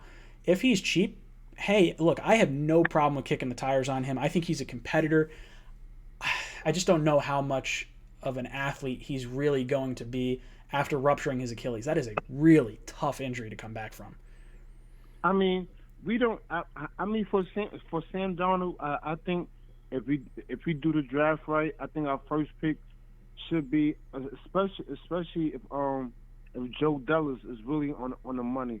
Mm-hmm. I think our first pick should be a wide receiver. I think our second pick should be a corner, and our 2/3 should be the line. I know everybody gonna go crazy, but I mean, I think you're going to get the whole chat fired up because I definitely, I'm not like dead set on offensive line at 11. I'm like 85 to 95% sure I'm like definitely on board with offensive line in the first round. But if Joe Douglas feels his scouting background, his offensive line background allows him enough confidence to select offensive linemen outside of round 1, I think that's when you could get a wide receiver in the first round. I think that's the only way that you take a receiver in the first round is if Joe Douglas really believes in his scouting background. Because you get a Jerry Jeudy or a CeeDee Lamb, and you got Crowder, and you put Des Bryant in the mix, and then you still got Herndon. I'm excited to get Herndon back. Dude, that offense isn't bad. The thing that sucks is just our offensive line, and I think we have to bite the bullet this year. As much as I love the wide receiver class and I love like Jeudy and Lamb and Ruggs, I would have a very hard time putting Sam behind that offensive line and not allowing him the time to get the ball to these weapons. Like Robbie Anderson could have been a really, really good wide receiver if we had more time to throw him the ball. I think because the line was getting collapsed so fast, we had a historically bad offensive line. I don't know if you guys know this, but the Jets are one of 3 offensive lines in the 100-year history of the NFL that have allowed 50 sacks and less than 3.5 yards per carry. Absolutely insane. And you can't let Sam go through that again. You have to give him some time. And look, I think the Jets are really going to have one of the biggest influxes of talent on that offensive line. Aside from that, and aside from the $75 million we're going to spend in free agency, Sam coming back from mono is so huge. Anyone who has had mono in their life, comment in the chat, because you don't get over mono in a month. You don't get over mono in 2 months. This is a 3-month thing. This lingers with you. He's going to be ready to go at the beginning of this year, but it is something that I think is not easy to deal with, especially at a professional level. At an NFL level, you're dealing with mono. That is absolutely insane. He should not have been playing. I would have been okay if the Jets said, hey, we don't trust that Sam Darnold's spleen isn't going to rupture. We're benching him for the entire year. The Jets bottom out. They get no wins, and they get the first pick in the draft. That I would have been, if that was the decision and you're like, hey, that's what we're making. We're protecting our franchise long-term. I would have been okay with that. I could have lived with that. It would have sucked. It would have been a waste of a season. But I think Sam coming back from mono next year is going to be absolutely huge. Dude, thank you so much for calling in. I'm going to boot you off because I've been talking to you for so long. But I hope you call back in the future because that was a lot of good questions there. I don't particularly agree with some of your takes, but it's okay. Not everyone agrees on everything. That's why we have this channel. Call from. But the Jets are one of 3 offensive lines. To accept, press 1. Someone has their audio turned up too loud on their computer, and I really hope you turn it down a little bit when I start talking to you. What's up, dude? Welcome to the cockpit. Sam coming back from mono is so huge. Anyone who has had mono... Boom! I'm booting you off. Sorry, dude. I was listening to your call, but I was listening to myself on the audio feedback. So call in again and turn down your computer. Look, guys, if you haven't answered the poll question, head down into the Jets Discord down below. How many fair catches did Jets punt returner Bake Turner call on November 20th, 1966 in a game against the Miami Dolphins? I'll give you a hint. This is an NFL record. Head to the Jets Discord. Head to the poll section. Answer that question to get a shot at a... I'm going to raffle off a shirt, hat, mug, or whatever at the end of this live stream, so make sure you stay tuned in. Call from. Welcome to the cockpit. It's happening again. Sorry, booting you out. Guys, if you're listening to me, please don't have your audio turned up very loud when you call in because I can't hear you. And you're also winding up responding to, like, stuff. It's stupid. 21 more likes, guys. 21 more likes. And Mario from Hashtag Sports. If you guys haven't checked out Mario from Hashtag Sports, he does Buffalo content. He told me if I get 100 likes on 4 or 5 consecutive videos, I gotta go back and look at it, I get to put him through a table. And he is like 6'3", so we will record this and get it up for the channel if you guys get this up to 100 likes. Call from. Mike, NY Sports MC. Mike, what's up, brother? Welcome to the cockpit again. How's it going? Not too bad. Hang in there. Guys, if you have not checked out Mike's channel, NY Sports MC, check it out. He does some pretty good content for the Jets. What is on your mind, brother? Thank you. So just wanted to kind of comment on what some of these other callers were calling about. Sure. I know you're big on Lamb. I'm big on Lamb. If we had to go wide receiver, that would be mine. But I just don't see how we can go wide receiver at number 11. That's exactly where I fall. When you look at the way this class is set up, there's the top 4 offensive linemen, and then there's 2 other ones, right? The guy from USC, Jackson, yep. Jackson and then Jones. the guy from Houston. Yep. Right? And those 2 are probably going to go late first round, early second round before we pick in the second round. Yep. So if we go wide receiver round 1, we're not answering a tackle position in the draft. At least not somebody that we can expect to come in and make a difference in year 1. Mm-hmm. Whereas we go tackle in round 1, there are so many. We can sit here for 5 minutes and list the wide receivers in this draft. There are so many wide receivers that can come in, I think, and make an impact year 1. Mm-hmm. Yes, will it be to the level of a Lamb or a Judy? Probably not. Or even a Ruggs? Probably not. But can they make a significant impact better than Demaryius Thomas? Of course, right? So you can get somebody in the second to third round. There's just so many more opportunities to get the answer at wide receiver later in the draft. With such a gaping hole in the offensive line, I just don't see how we pretty much neglect that then at the top. Yeah, look, I think the amount of wide receivers in this draft class is going to force a lot of teams to take positions of higher value, like positions that aren't as strong. Just like you mentioned, the tackle position, there's really only, 2 or 3 left tackles, because I think it's Wirfs and Willis are both right tackles even. So Becton and Thomas are the only 2 at the top of the draft that have actually played left tackle. So that's a little bit of a concern, I think, aside from the combine numbers that Wirfs put up and some of that stuff. When you look at the receiver class, there is so much talent. You got Pittman from USC. There's Gandy Golden from Liberty. You have Justin Jefferson. Obviously, I think Ruggs, Higgins, Lamb, and Judy all go in the first round. But there's going to be some first-round talent at wide receiver making it to us at 48. Right. And like I said, you could even get some of these guys in the third round. Because like you said, there's so many of them that, I mean, what are you going to have every team's going to pick a wide receiver? Somebody's got to fall even to one of our 2 picks in the third round. There's even a guy, one of my subscribers commented on one of my videos, telling me to check out Isaiah Hodgins from, was it Oregon or Oklahoma State? Something like that. I forget exactly what team he's from. I'll have to take a look at him. That dude even looks very impressive as well. Did you see the receiver? Receiver 6'4". Did you see the receiver from Notre Dame? Some of the combine numbers that he put up. I don't know his name off the top of my head right now. He's number, I think, 83. I was watching some highlights on him. Whoo, man. Clay something or other? Oh, Claypool, yeah. Whoo, man. Claypool, yeah. Wow. I don't know where that guy's going to go in the draft. I haven't done my research. The last thing I looked at, they were saying, he could be an early day 3 pick. But with those combine numbers, I'd have to imagine he sneaks into the second or third round. There's going to be a lot of talent in this draft at wide receiver, and I think we'd lose a lot of value taking one at 11 instead of taking the tackle. Right. Like I said, I honestly believe that Lamb is the next Hopkins. Oh, he's so good. It's so hard to pass that. It's so hard. Right. If you know you're getting DeAndre Hopkins and you're not sure of the tackles, like especially if you're getting the third or fourth tackle, I don't care. Take Lamb. Take it. If you know the guy's going to be a stud, don't roll the dice on a tackle you're not sure of. Take the wide receiver and just never look back. Yeah, and for the offensive tackles, I'm really hoping that these other teams overthink it. I'm hoping that Thomas falls to us. Mm-hmm. I am never a fan of a guy is the number 1 guy the whole season. Yep.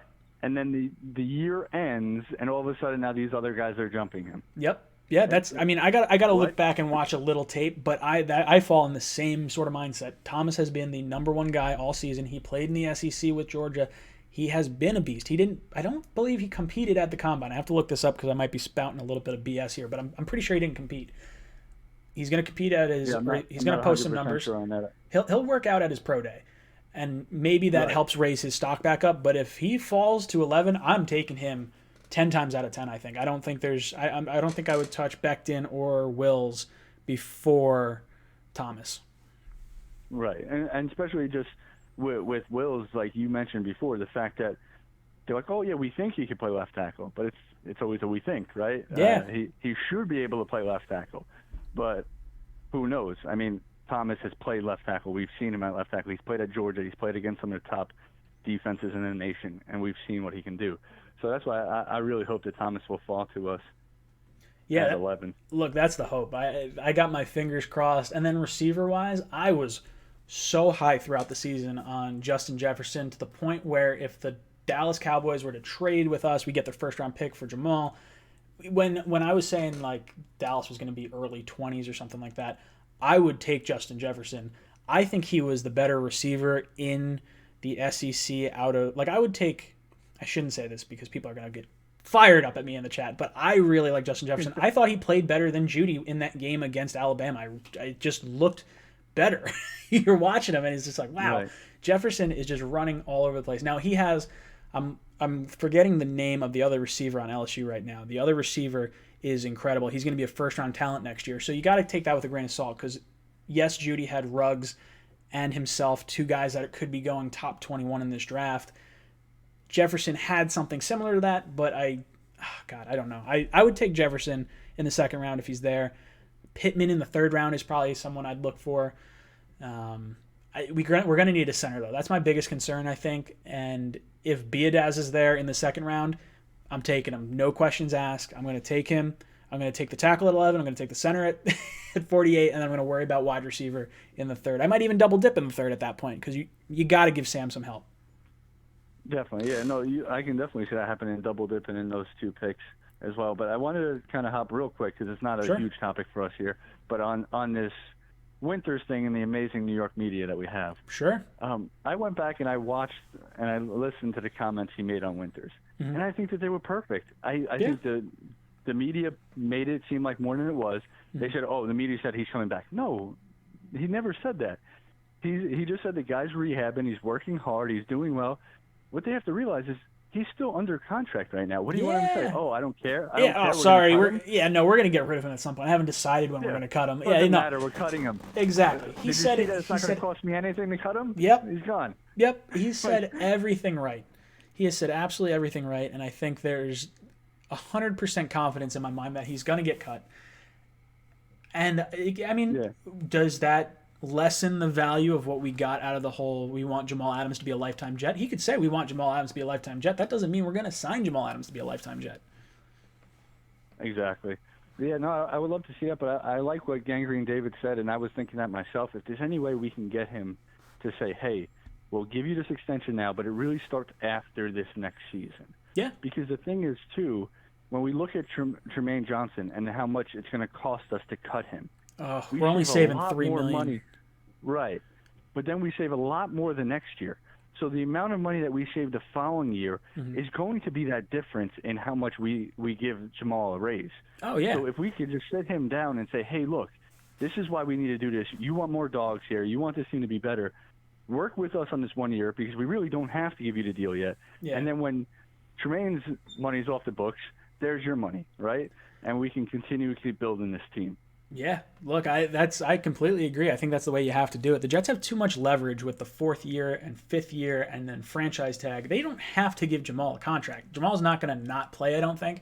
He would hold out, and I think there would be a lot of drama. It's something I don't want to deal with. I would like Jamal to either get traded or sign a long-term deal this year. I don't think you could really not do either. I think you're probably playing with fire if you do that.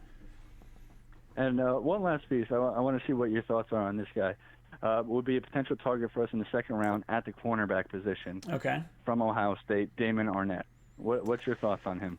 I'll be honest. I haven't done enough research on the cornerback market. I've really only looked at receivers and offensive linemen because I'll be honest. I don't want to touch cornerback in the top 2 rounds. But I'll look into him. I mean, we need to address corner in, I think, the top 3 rounds. I think we should do that. I would go probably just thinking of position-wise for the first 5 picks. I would go left tackle, wide receiver or center, depending on who's there. Wide receiver is probably what I'd like to go in the second. Third round pick, you're going to get one of the 3 or 4 centers that are really available, I think, in that round. Then you look at cornerback, and then when you get into the 4th round, that's probably the sweet spot for maybe a running back. I would like to get someone in here. We don't really have anyone under contract after Bell gets cut for after next season. So I think you need to have someone to start grooming at some point, and that's probably where I'd look around there. But look, we need cornerback help. I love Bless Austin, but I don't trust him to stay healthy. That's why I think we should take a second or third tier cornerback in free agency, and then look towards the draft somewhere in the middle rounds to try and get some help there. You might even have to, say you take one in the third round, maybe you take one in the fifth round as well. You give yourself a few options to wheel and deal, I think. The reason I say Damon Arnett, and when you check him out, you'll see it. I can see Greg Williams banging the table to try to get this guy. He is a pressed man corner, and that's what Greg Williams loves. I love Greg Williams. If Greg Williams wants him, God, it's going to be really hard to prevent Greg Williams from getting what he wants, because I would be terrified of the guy. But I think if you have when I look at this offseason, it's very hard for me to look at free agency and look at the draft and not say, I want to push all our chips in on offense. Like, I just want to help Sam. We need to decide if he is our franchise future. I think he is. I've seen enough from him to just say that outright. I think there's people that are probably going to disagree, but I think I have seen enough to know that this is the best talented young franchise quarterback that we've ever had. I mean, maybe short of Joe Namath, but I think he's going to wind up breaking all of Namath's records, mainly in part due to the 14 versus 16 game schedule. But I think Sam is the real deal. I really do, and I think we got to do everything in our power to give him the weapons and the protection that he needs. No, I definitely agree with you. I just, like I said, I did that on my mock draft 2.0, where I had us taking Arnett, so I just wanted to see what your thoughts were. Oh, yeah, sure. That is, like I said, pressed man corners is something that I love. I know Greg Williams does as well. Oh, but man. I'll let you get to some other callers, man. Appreciate the shout-out to the channel. And like I said, you guys ever need a guest on any of your shows, let me know. Of course, dude. Thanks so much. Guys, if you have not checked out NY Sports MC, he's got some pretty good takes. Check it out. He's not in my description. He's in the chat. Just type in NY Sports MC. It'll pop up. He's a good dude. Call from Chris from Florida. Oh, my boy Chris! Let's go 2020 JETF Jets, baby! Oh man, I have this vision of you with like, hopefully you're in the car so that way you're yelling and no one's seeing it, but I have this, like, maybe he walks outside just, oh my God! Oh, I love it. Dude, what have you been up to? I didn't get to talk to you last week. I had my bachelor party last weekend, or I guess I had my bachelor party 2 weeks ago, and I was so tired, I just couldn't do a live stream. So what have you been? What have you been up to? Well, I've been really good, man. First of all, I gotta say, who says Jet fans can't make lifelong partnerships? This man right here is the real deal, people. Congratulations on your upcoming wedding, bro. I'm so happy for you. Thank you. As all the fans here are. Oh man, dude, I am so excited. I'm trying to poke and pry Becca. I said, "Oh, Becca, if I reach 10,000 subscribers, can I wear the pilot hat on our wedding night?" And she gave me like this death stare. And I'm like, "Oh, it wasn't a no, so we'll see." So I'll probably have. Oh my God! Like, when the Jets hit the playoffs, dude. Well, this is just it. So I'm getting married at the end of May. So I have until then to hit 10,000. I don't think it's gonna happen. It's kind of a long shot. But if I can wear the pilot hat to do that, I'm going to push for that so hard. So I'm going to start making a bunch of YouTube accounts. Dude, that's what you do. Just tell your friends, hey, dude, this guy's going to wear the pilot hat on his wedding night if he gets to 10,000. That's how you get subscribers, my friends. You put yourself out to the highest bidder for stupid stuff like this. Well, before we continue our conversation, let me just go ahead and make a shout out. Hey, don't forget to like and subscribe and hit that bell icon to always be notified about some awesome Jet notifications and content. Oh, you just fluffed me up. I got a quarter chub talking about that now. What's on your mind? What are you thinking about the draft, free agency, the rumors? What is on your mind? All right, what I definitely want to bring up real quick is Joe Douglas' conversation with the Combine. Mm-hmm. As always, when I heard Adam Gase's, not a lot of confidence, just felt like I listened to the same thing I did last year. Some dude mumbling under his beard, talking through paper. So not a lot of confidence. Just felt like same general plans that he had. I'm only hoping that since he's going to be his second year, we're going to have players that are already familiar with it, have a better grip on it. No more confusions, no more they don't know the basis or anything, or the signal calls and all that. that's no longer an excuse. For Joe Douglas, on the other hand, bro, gosh, I love the way he spoke. It gave me confidence. It relaxed me and made me be like that Kermit meme where I'm sitting on the couch sipping on my lips. Oh yeah, dude. Joe Douglas is the only reason that I am ecstatic about this offseason. There's no like real faith that I have in Adam Gase right now, outside of like the hope that not having an injured team and guys in a second year and Sam Darnold probably being the best quarterback since Peyton Manning to be in the Gase offense. Like there's things that I'm looking forward to, but it's Joe Douglas that really seals the deal for me. Definitely on the topics of everyone speaking on Joe Douglas's conversation. Mm-hmm. I have to say I agree with a lot of the major YouTubers that were on your call that Joe Douglas just spoke with a very firm tone about certain characters like Brian Winters and Jamal Adams, Robbie Anderson. I think it's very fair to say that his words would make people feel a little bit on edge, because it did to me until I had to like sit back and actually think about it. Brian Winters is under contract. He's not going to diss a player that is already under his roster, but at the same time, he showed a little more of a fishing line towards Jamal Adams to let him know, hey man, you're still someone who's on my mind, and I'm showing a lot of charismatic for you, but as far as the others, I can't make them seem like they're fish in a bucket. Dude, that's just it. I mean, I'm excited for Douglas. I just want to see how he drafts. I can't see us having worse drafts than we've had the last 10 years. Or the only picks we've really hit on that I feel like we've hit on the last few years, it's been Jamal Adams, it's been Sam Darnold, Chris Herndon, and like I would say Bless Austin. I think Bless Austin's in there. I don't know. I mean, Marcus May.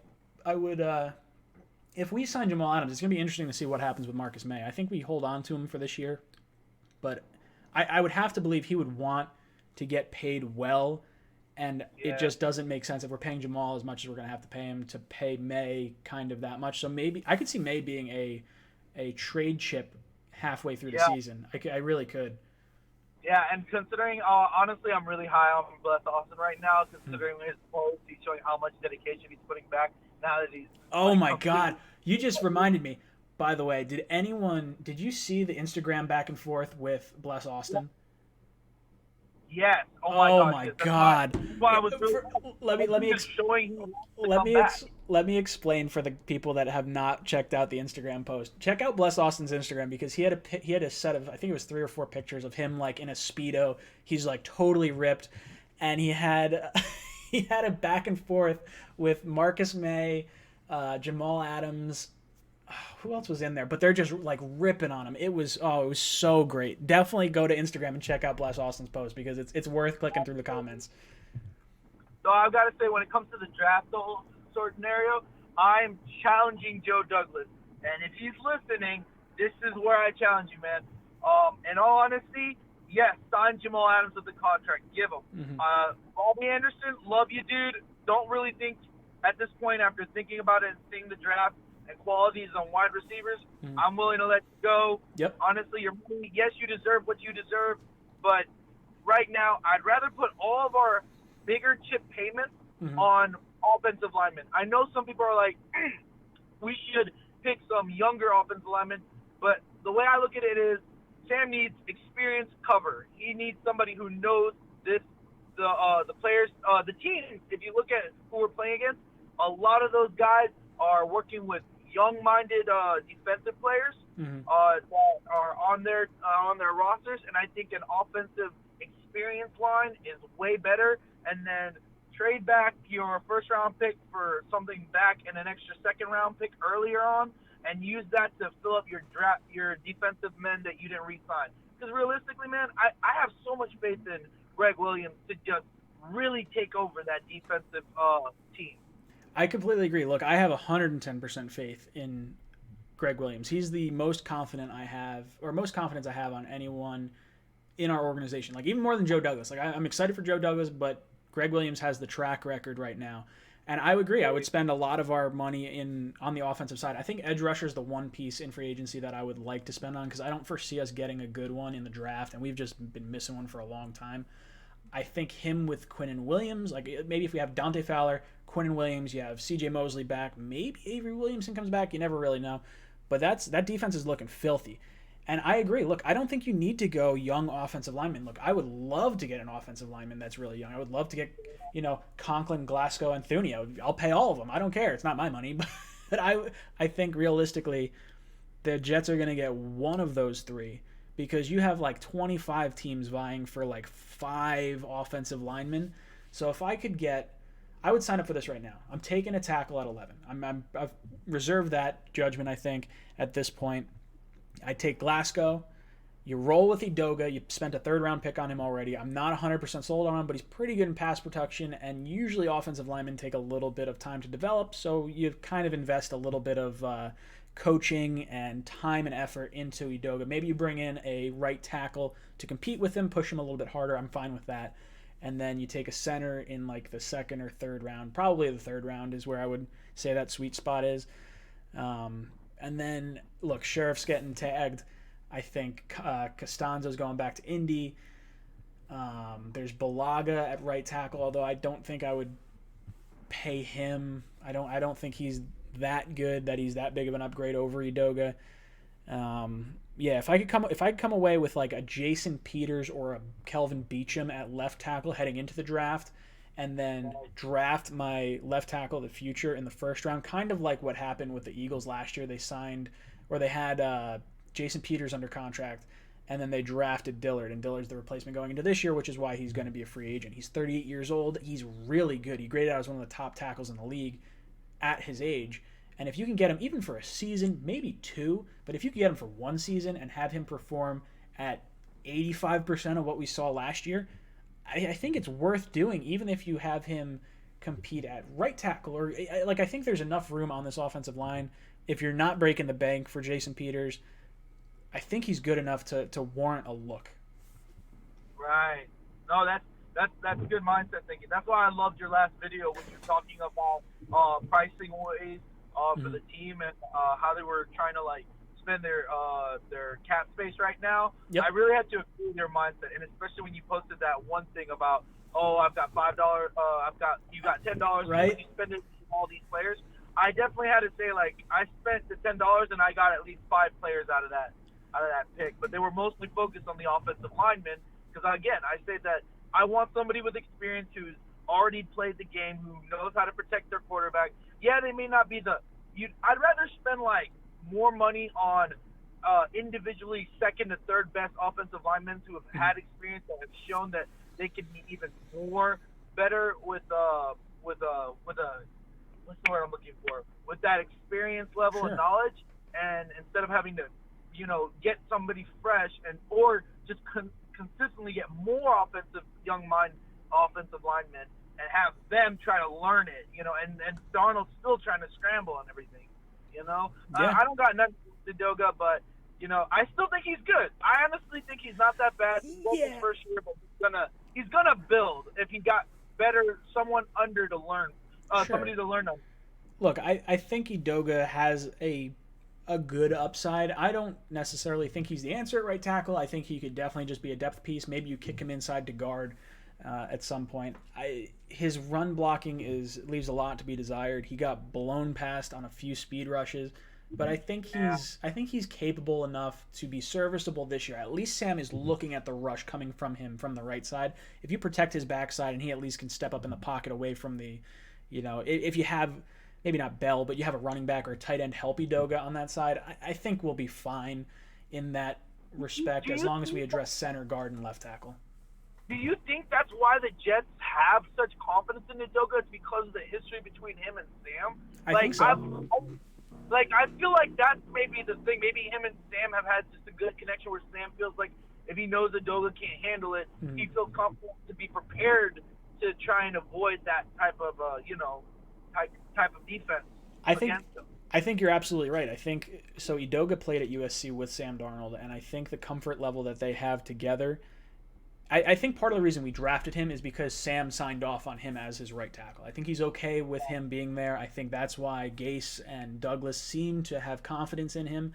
I think we have enough tight ends on the roster to help him out on that right side if we need to.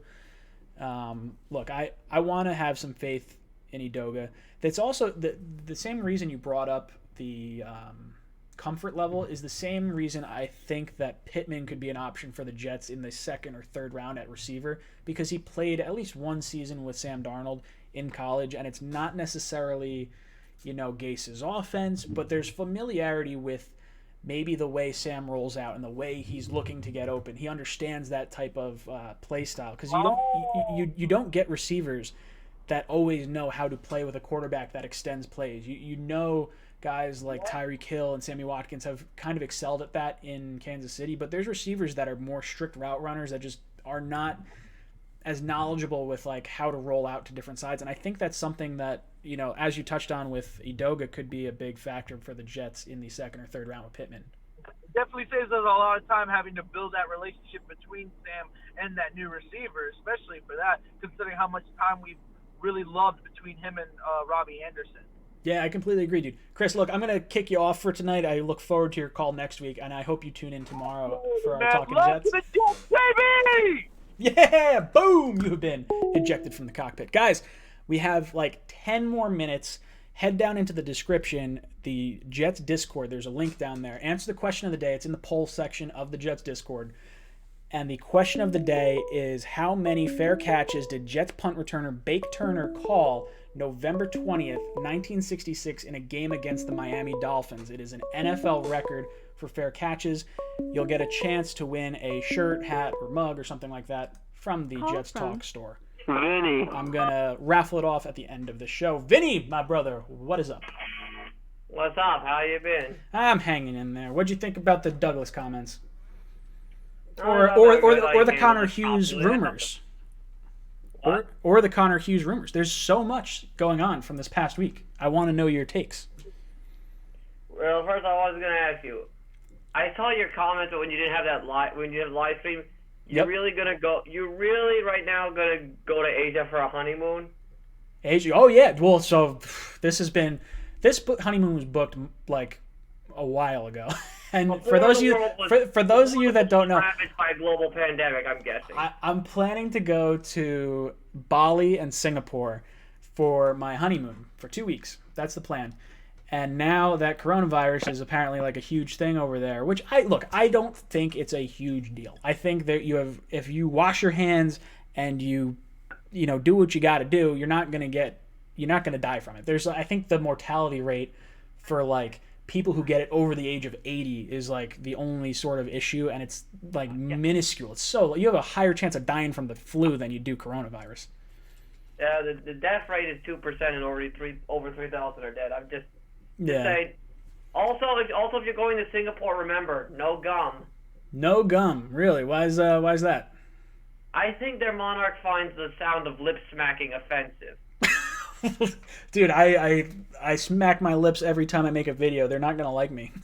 But let's get back to football. I mean, oh yeah. Obviously, I like it. I like the comments. There's so many rumors right now that you really don't know what's true and what's not. Yeah. Also, I saw that you liked my comment on your Twitter the Twitter thing about the $10. Yeah. Dude, I had a lot of fun with the $10 thing. I saw. I was just thinking. I just wanted to think about how far would I go back to where I would have enough in inflation to get everybody. And yeah. I would like to see. So I might make another one of those things and have it. Rather than it be just free agents, I might do like a 3-panel thing that says maybe, pick one from each tier or something like that. I like it. It's fun. It sort of gets everyone engaged. It gets a lot of people fired up too. Yeah, it's great. No, I just can't wait to get this offseason over. I'm also just counting days till free agency. We get to see the moves. And also, I love right now I've been closely following Patriots fans on Twitter. Mm-hmm. My God, they're getting delusional. Oh, do you think that? I don't think Brady's going back. I really don't. I know they can't comprehend the fact that him and Bill don't get along. I think that's it. I think they're just not. They're oil and water right now. I don't know where he goes. Tennessee makes a lot of sense to me. It's like for example, a musical example, Simon and Garfunkel in 1970. They're still making incredible music, but they couldn't get along. Sure. So despite the fact that they were so talented together, they separated, because it was for the best. I have a guy in our chat, AquaFresh193 says, if Brady joined the Jets, watch how many people gonna be on our nuts. I would be so mad if the Jets signed Tom Brady right now. I would go on an infant punching rampage. You would see me on the front page of the New York Times or the New York Post, and it'd just be like, I would Jets Talk 24/7 abuses like toddlers with his fists. It would be so bad. I just can't wait. I can't wait till I can make the video making fun of it. So I'll give you it'll be ode to joy to his worst interceptions. Okay, I can get with that. Because I was gonna do it when he retires, but with him leaving, that's tough for me. But I can't wait for this.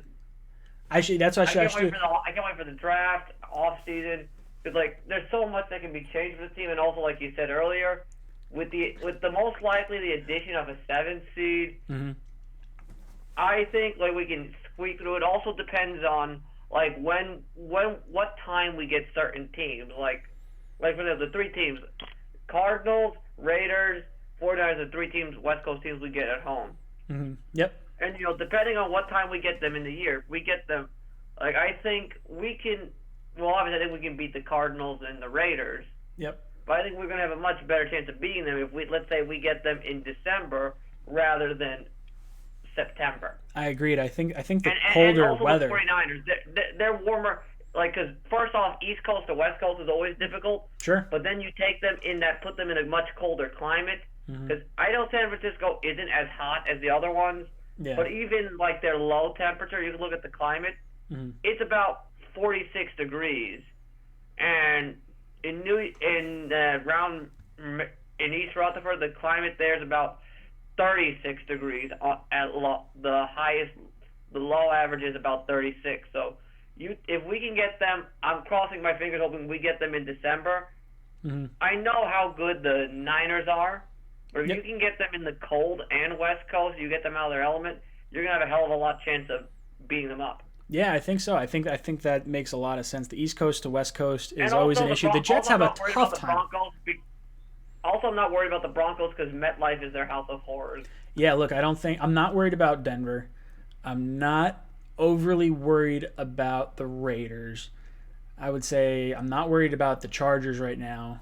I mean, I'm worried about their pass rush, but I'm not worried about the Chargers, the team. The Chiefs obviously scary. I think we could I think we could go 3-1 in the AFC West. I think we could split the NFC West. Yeah, I think we lose to Seattle, and then who else? It's the 49ers, the Rams, I think we and the beat Cardinals. I think we can beat the Cardinals. Maybe the Rams, because I don't know what their defense is going to be like now that because they're going to have to learn a new system without Wade Phillips. Yeah, I think if you can beat, I think you have to beat the Cardinals. And the Cardinals, like I said, especially if we get them in the cold, a dome team in the winter. Yeah, not good for them. Yeah, no. If we can get them, then I think we could probably sweep Miami. I think if we're healthy, we'll sweep Miami. Because I still think they're even with all their draft picks, they're probably going to be a year or two away from being legit. I think you could probably. So what is that? So I said 3-1 in the AFC West, 2-2. That's 5. I think you win Miami. That's 7. I think you could split with New England and Buffalo, and then you get about 9-7, 10 or 6. Yeah, 9-7. And 9-7 with 7 teams making it into the playoffs, possibly. I think that could get you in. Yeah, and then all you need to do is get in, and anything can happen. If you can get in, like we just saw the Titans sneak in, make a run all the way to the conference championship. Oh yeah, I completely agree. Vinny, I'm going to kick you off right now because I got 5 minutes left. Right. I love you, dude. Yeah, Vinny, thank you so much. I'm going to actually make a call from here, and I'm going to see if he picks up because I saw a missed call on here. I'm calling in anyway, so let's see if he picks up. Oh. He's not going to pick up. Please leave your message. Oh, for Grandpa Mark. Okay, sorry, Grandpa Mark. I tried to get you on here. I gave him a call. All right, guys. If you have not, you got like 3 seconds. Head down to the Jets Discord. We're going to raffle off a shirt. If you have not, go down to the Jets Discord. The poll section, There's a question, poll of the day. How many fair catches did Jets punt returner Bake Turner call on November 20th, 1966 in a game against the Miami Dolphins? It's an NFL record for fair catches in a game. Now, I want you guys in the chat that are in here now, I want you to type in a number below 10. And I'm going to take the first 3, and I'm going to use that as my numbers that I count to see who wins this shirt. So give me three numbers. We got 7, we got an 8, and we got a 7. All right, 14 plus 8 is what, 22? All right, 22. So let's see what we got. 2, 3, 4, 5, 6, 7, 8, 9, 14, 15, 16, 17, 18, 19, 20, 21. Ooh, wow. So this was actually our first person that commented on the question. So for how many fair catches did Jets punt returner Bake Turner call on November 20th, 1966 in a game against the Miami Dolphins? The correct answer is 7. 7 fair catches. That ties him with 3 or 4 other guys for most fair catches in a game. And our winner is going to be, I don't know if you're in the chat as a different name, but your Discord name, Jets32722P09. So get at me on the Jets Discord, send me a private message, and I will get your information, and I'll send you a shirt or a hat or a mug or something that you would like from the Jets Talk store. I really appreciate you guys tuning in. Tomorrow we're going to have our Talking Jets panel. It's going to be me, O'Leary, Greenbean.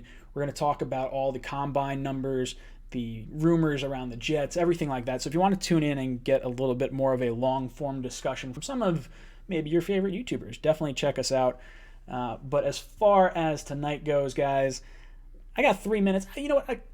I'm calling it. I've already signed off. I've done my whole thing. But if you guys want, tune in tomorrow.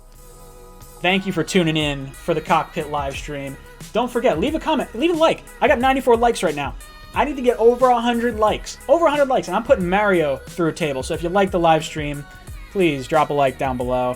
It helps people like the people that have not tuned into the live stream want to tune in. They see all the likes. They're like, you know what? I'll check it next time he's live. It would go a long way. Guys, this is Jets Talk, signing off.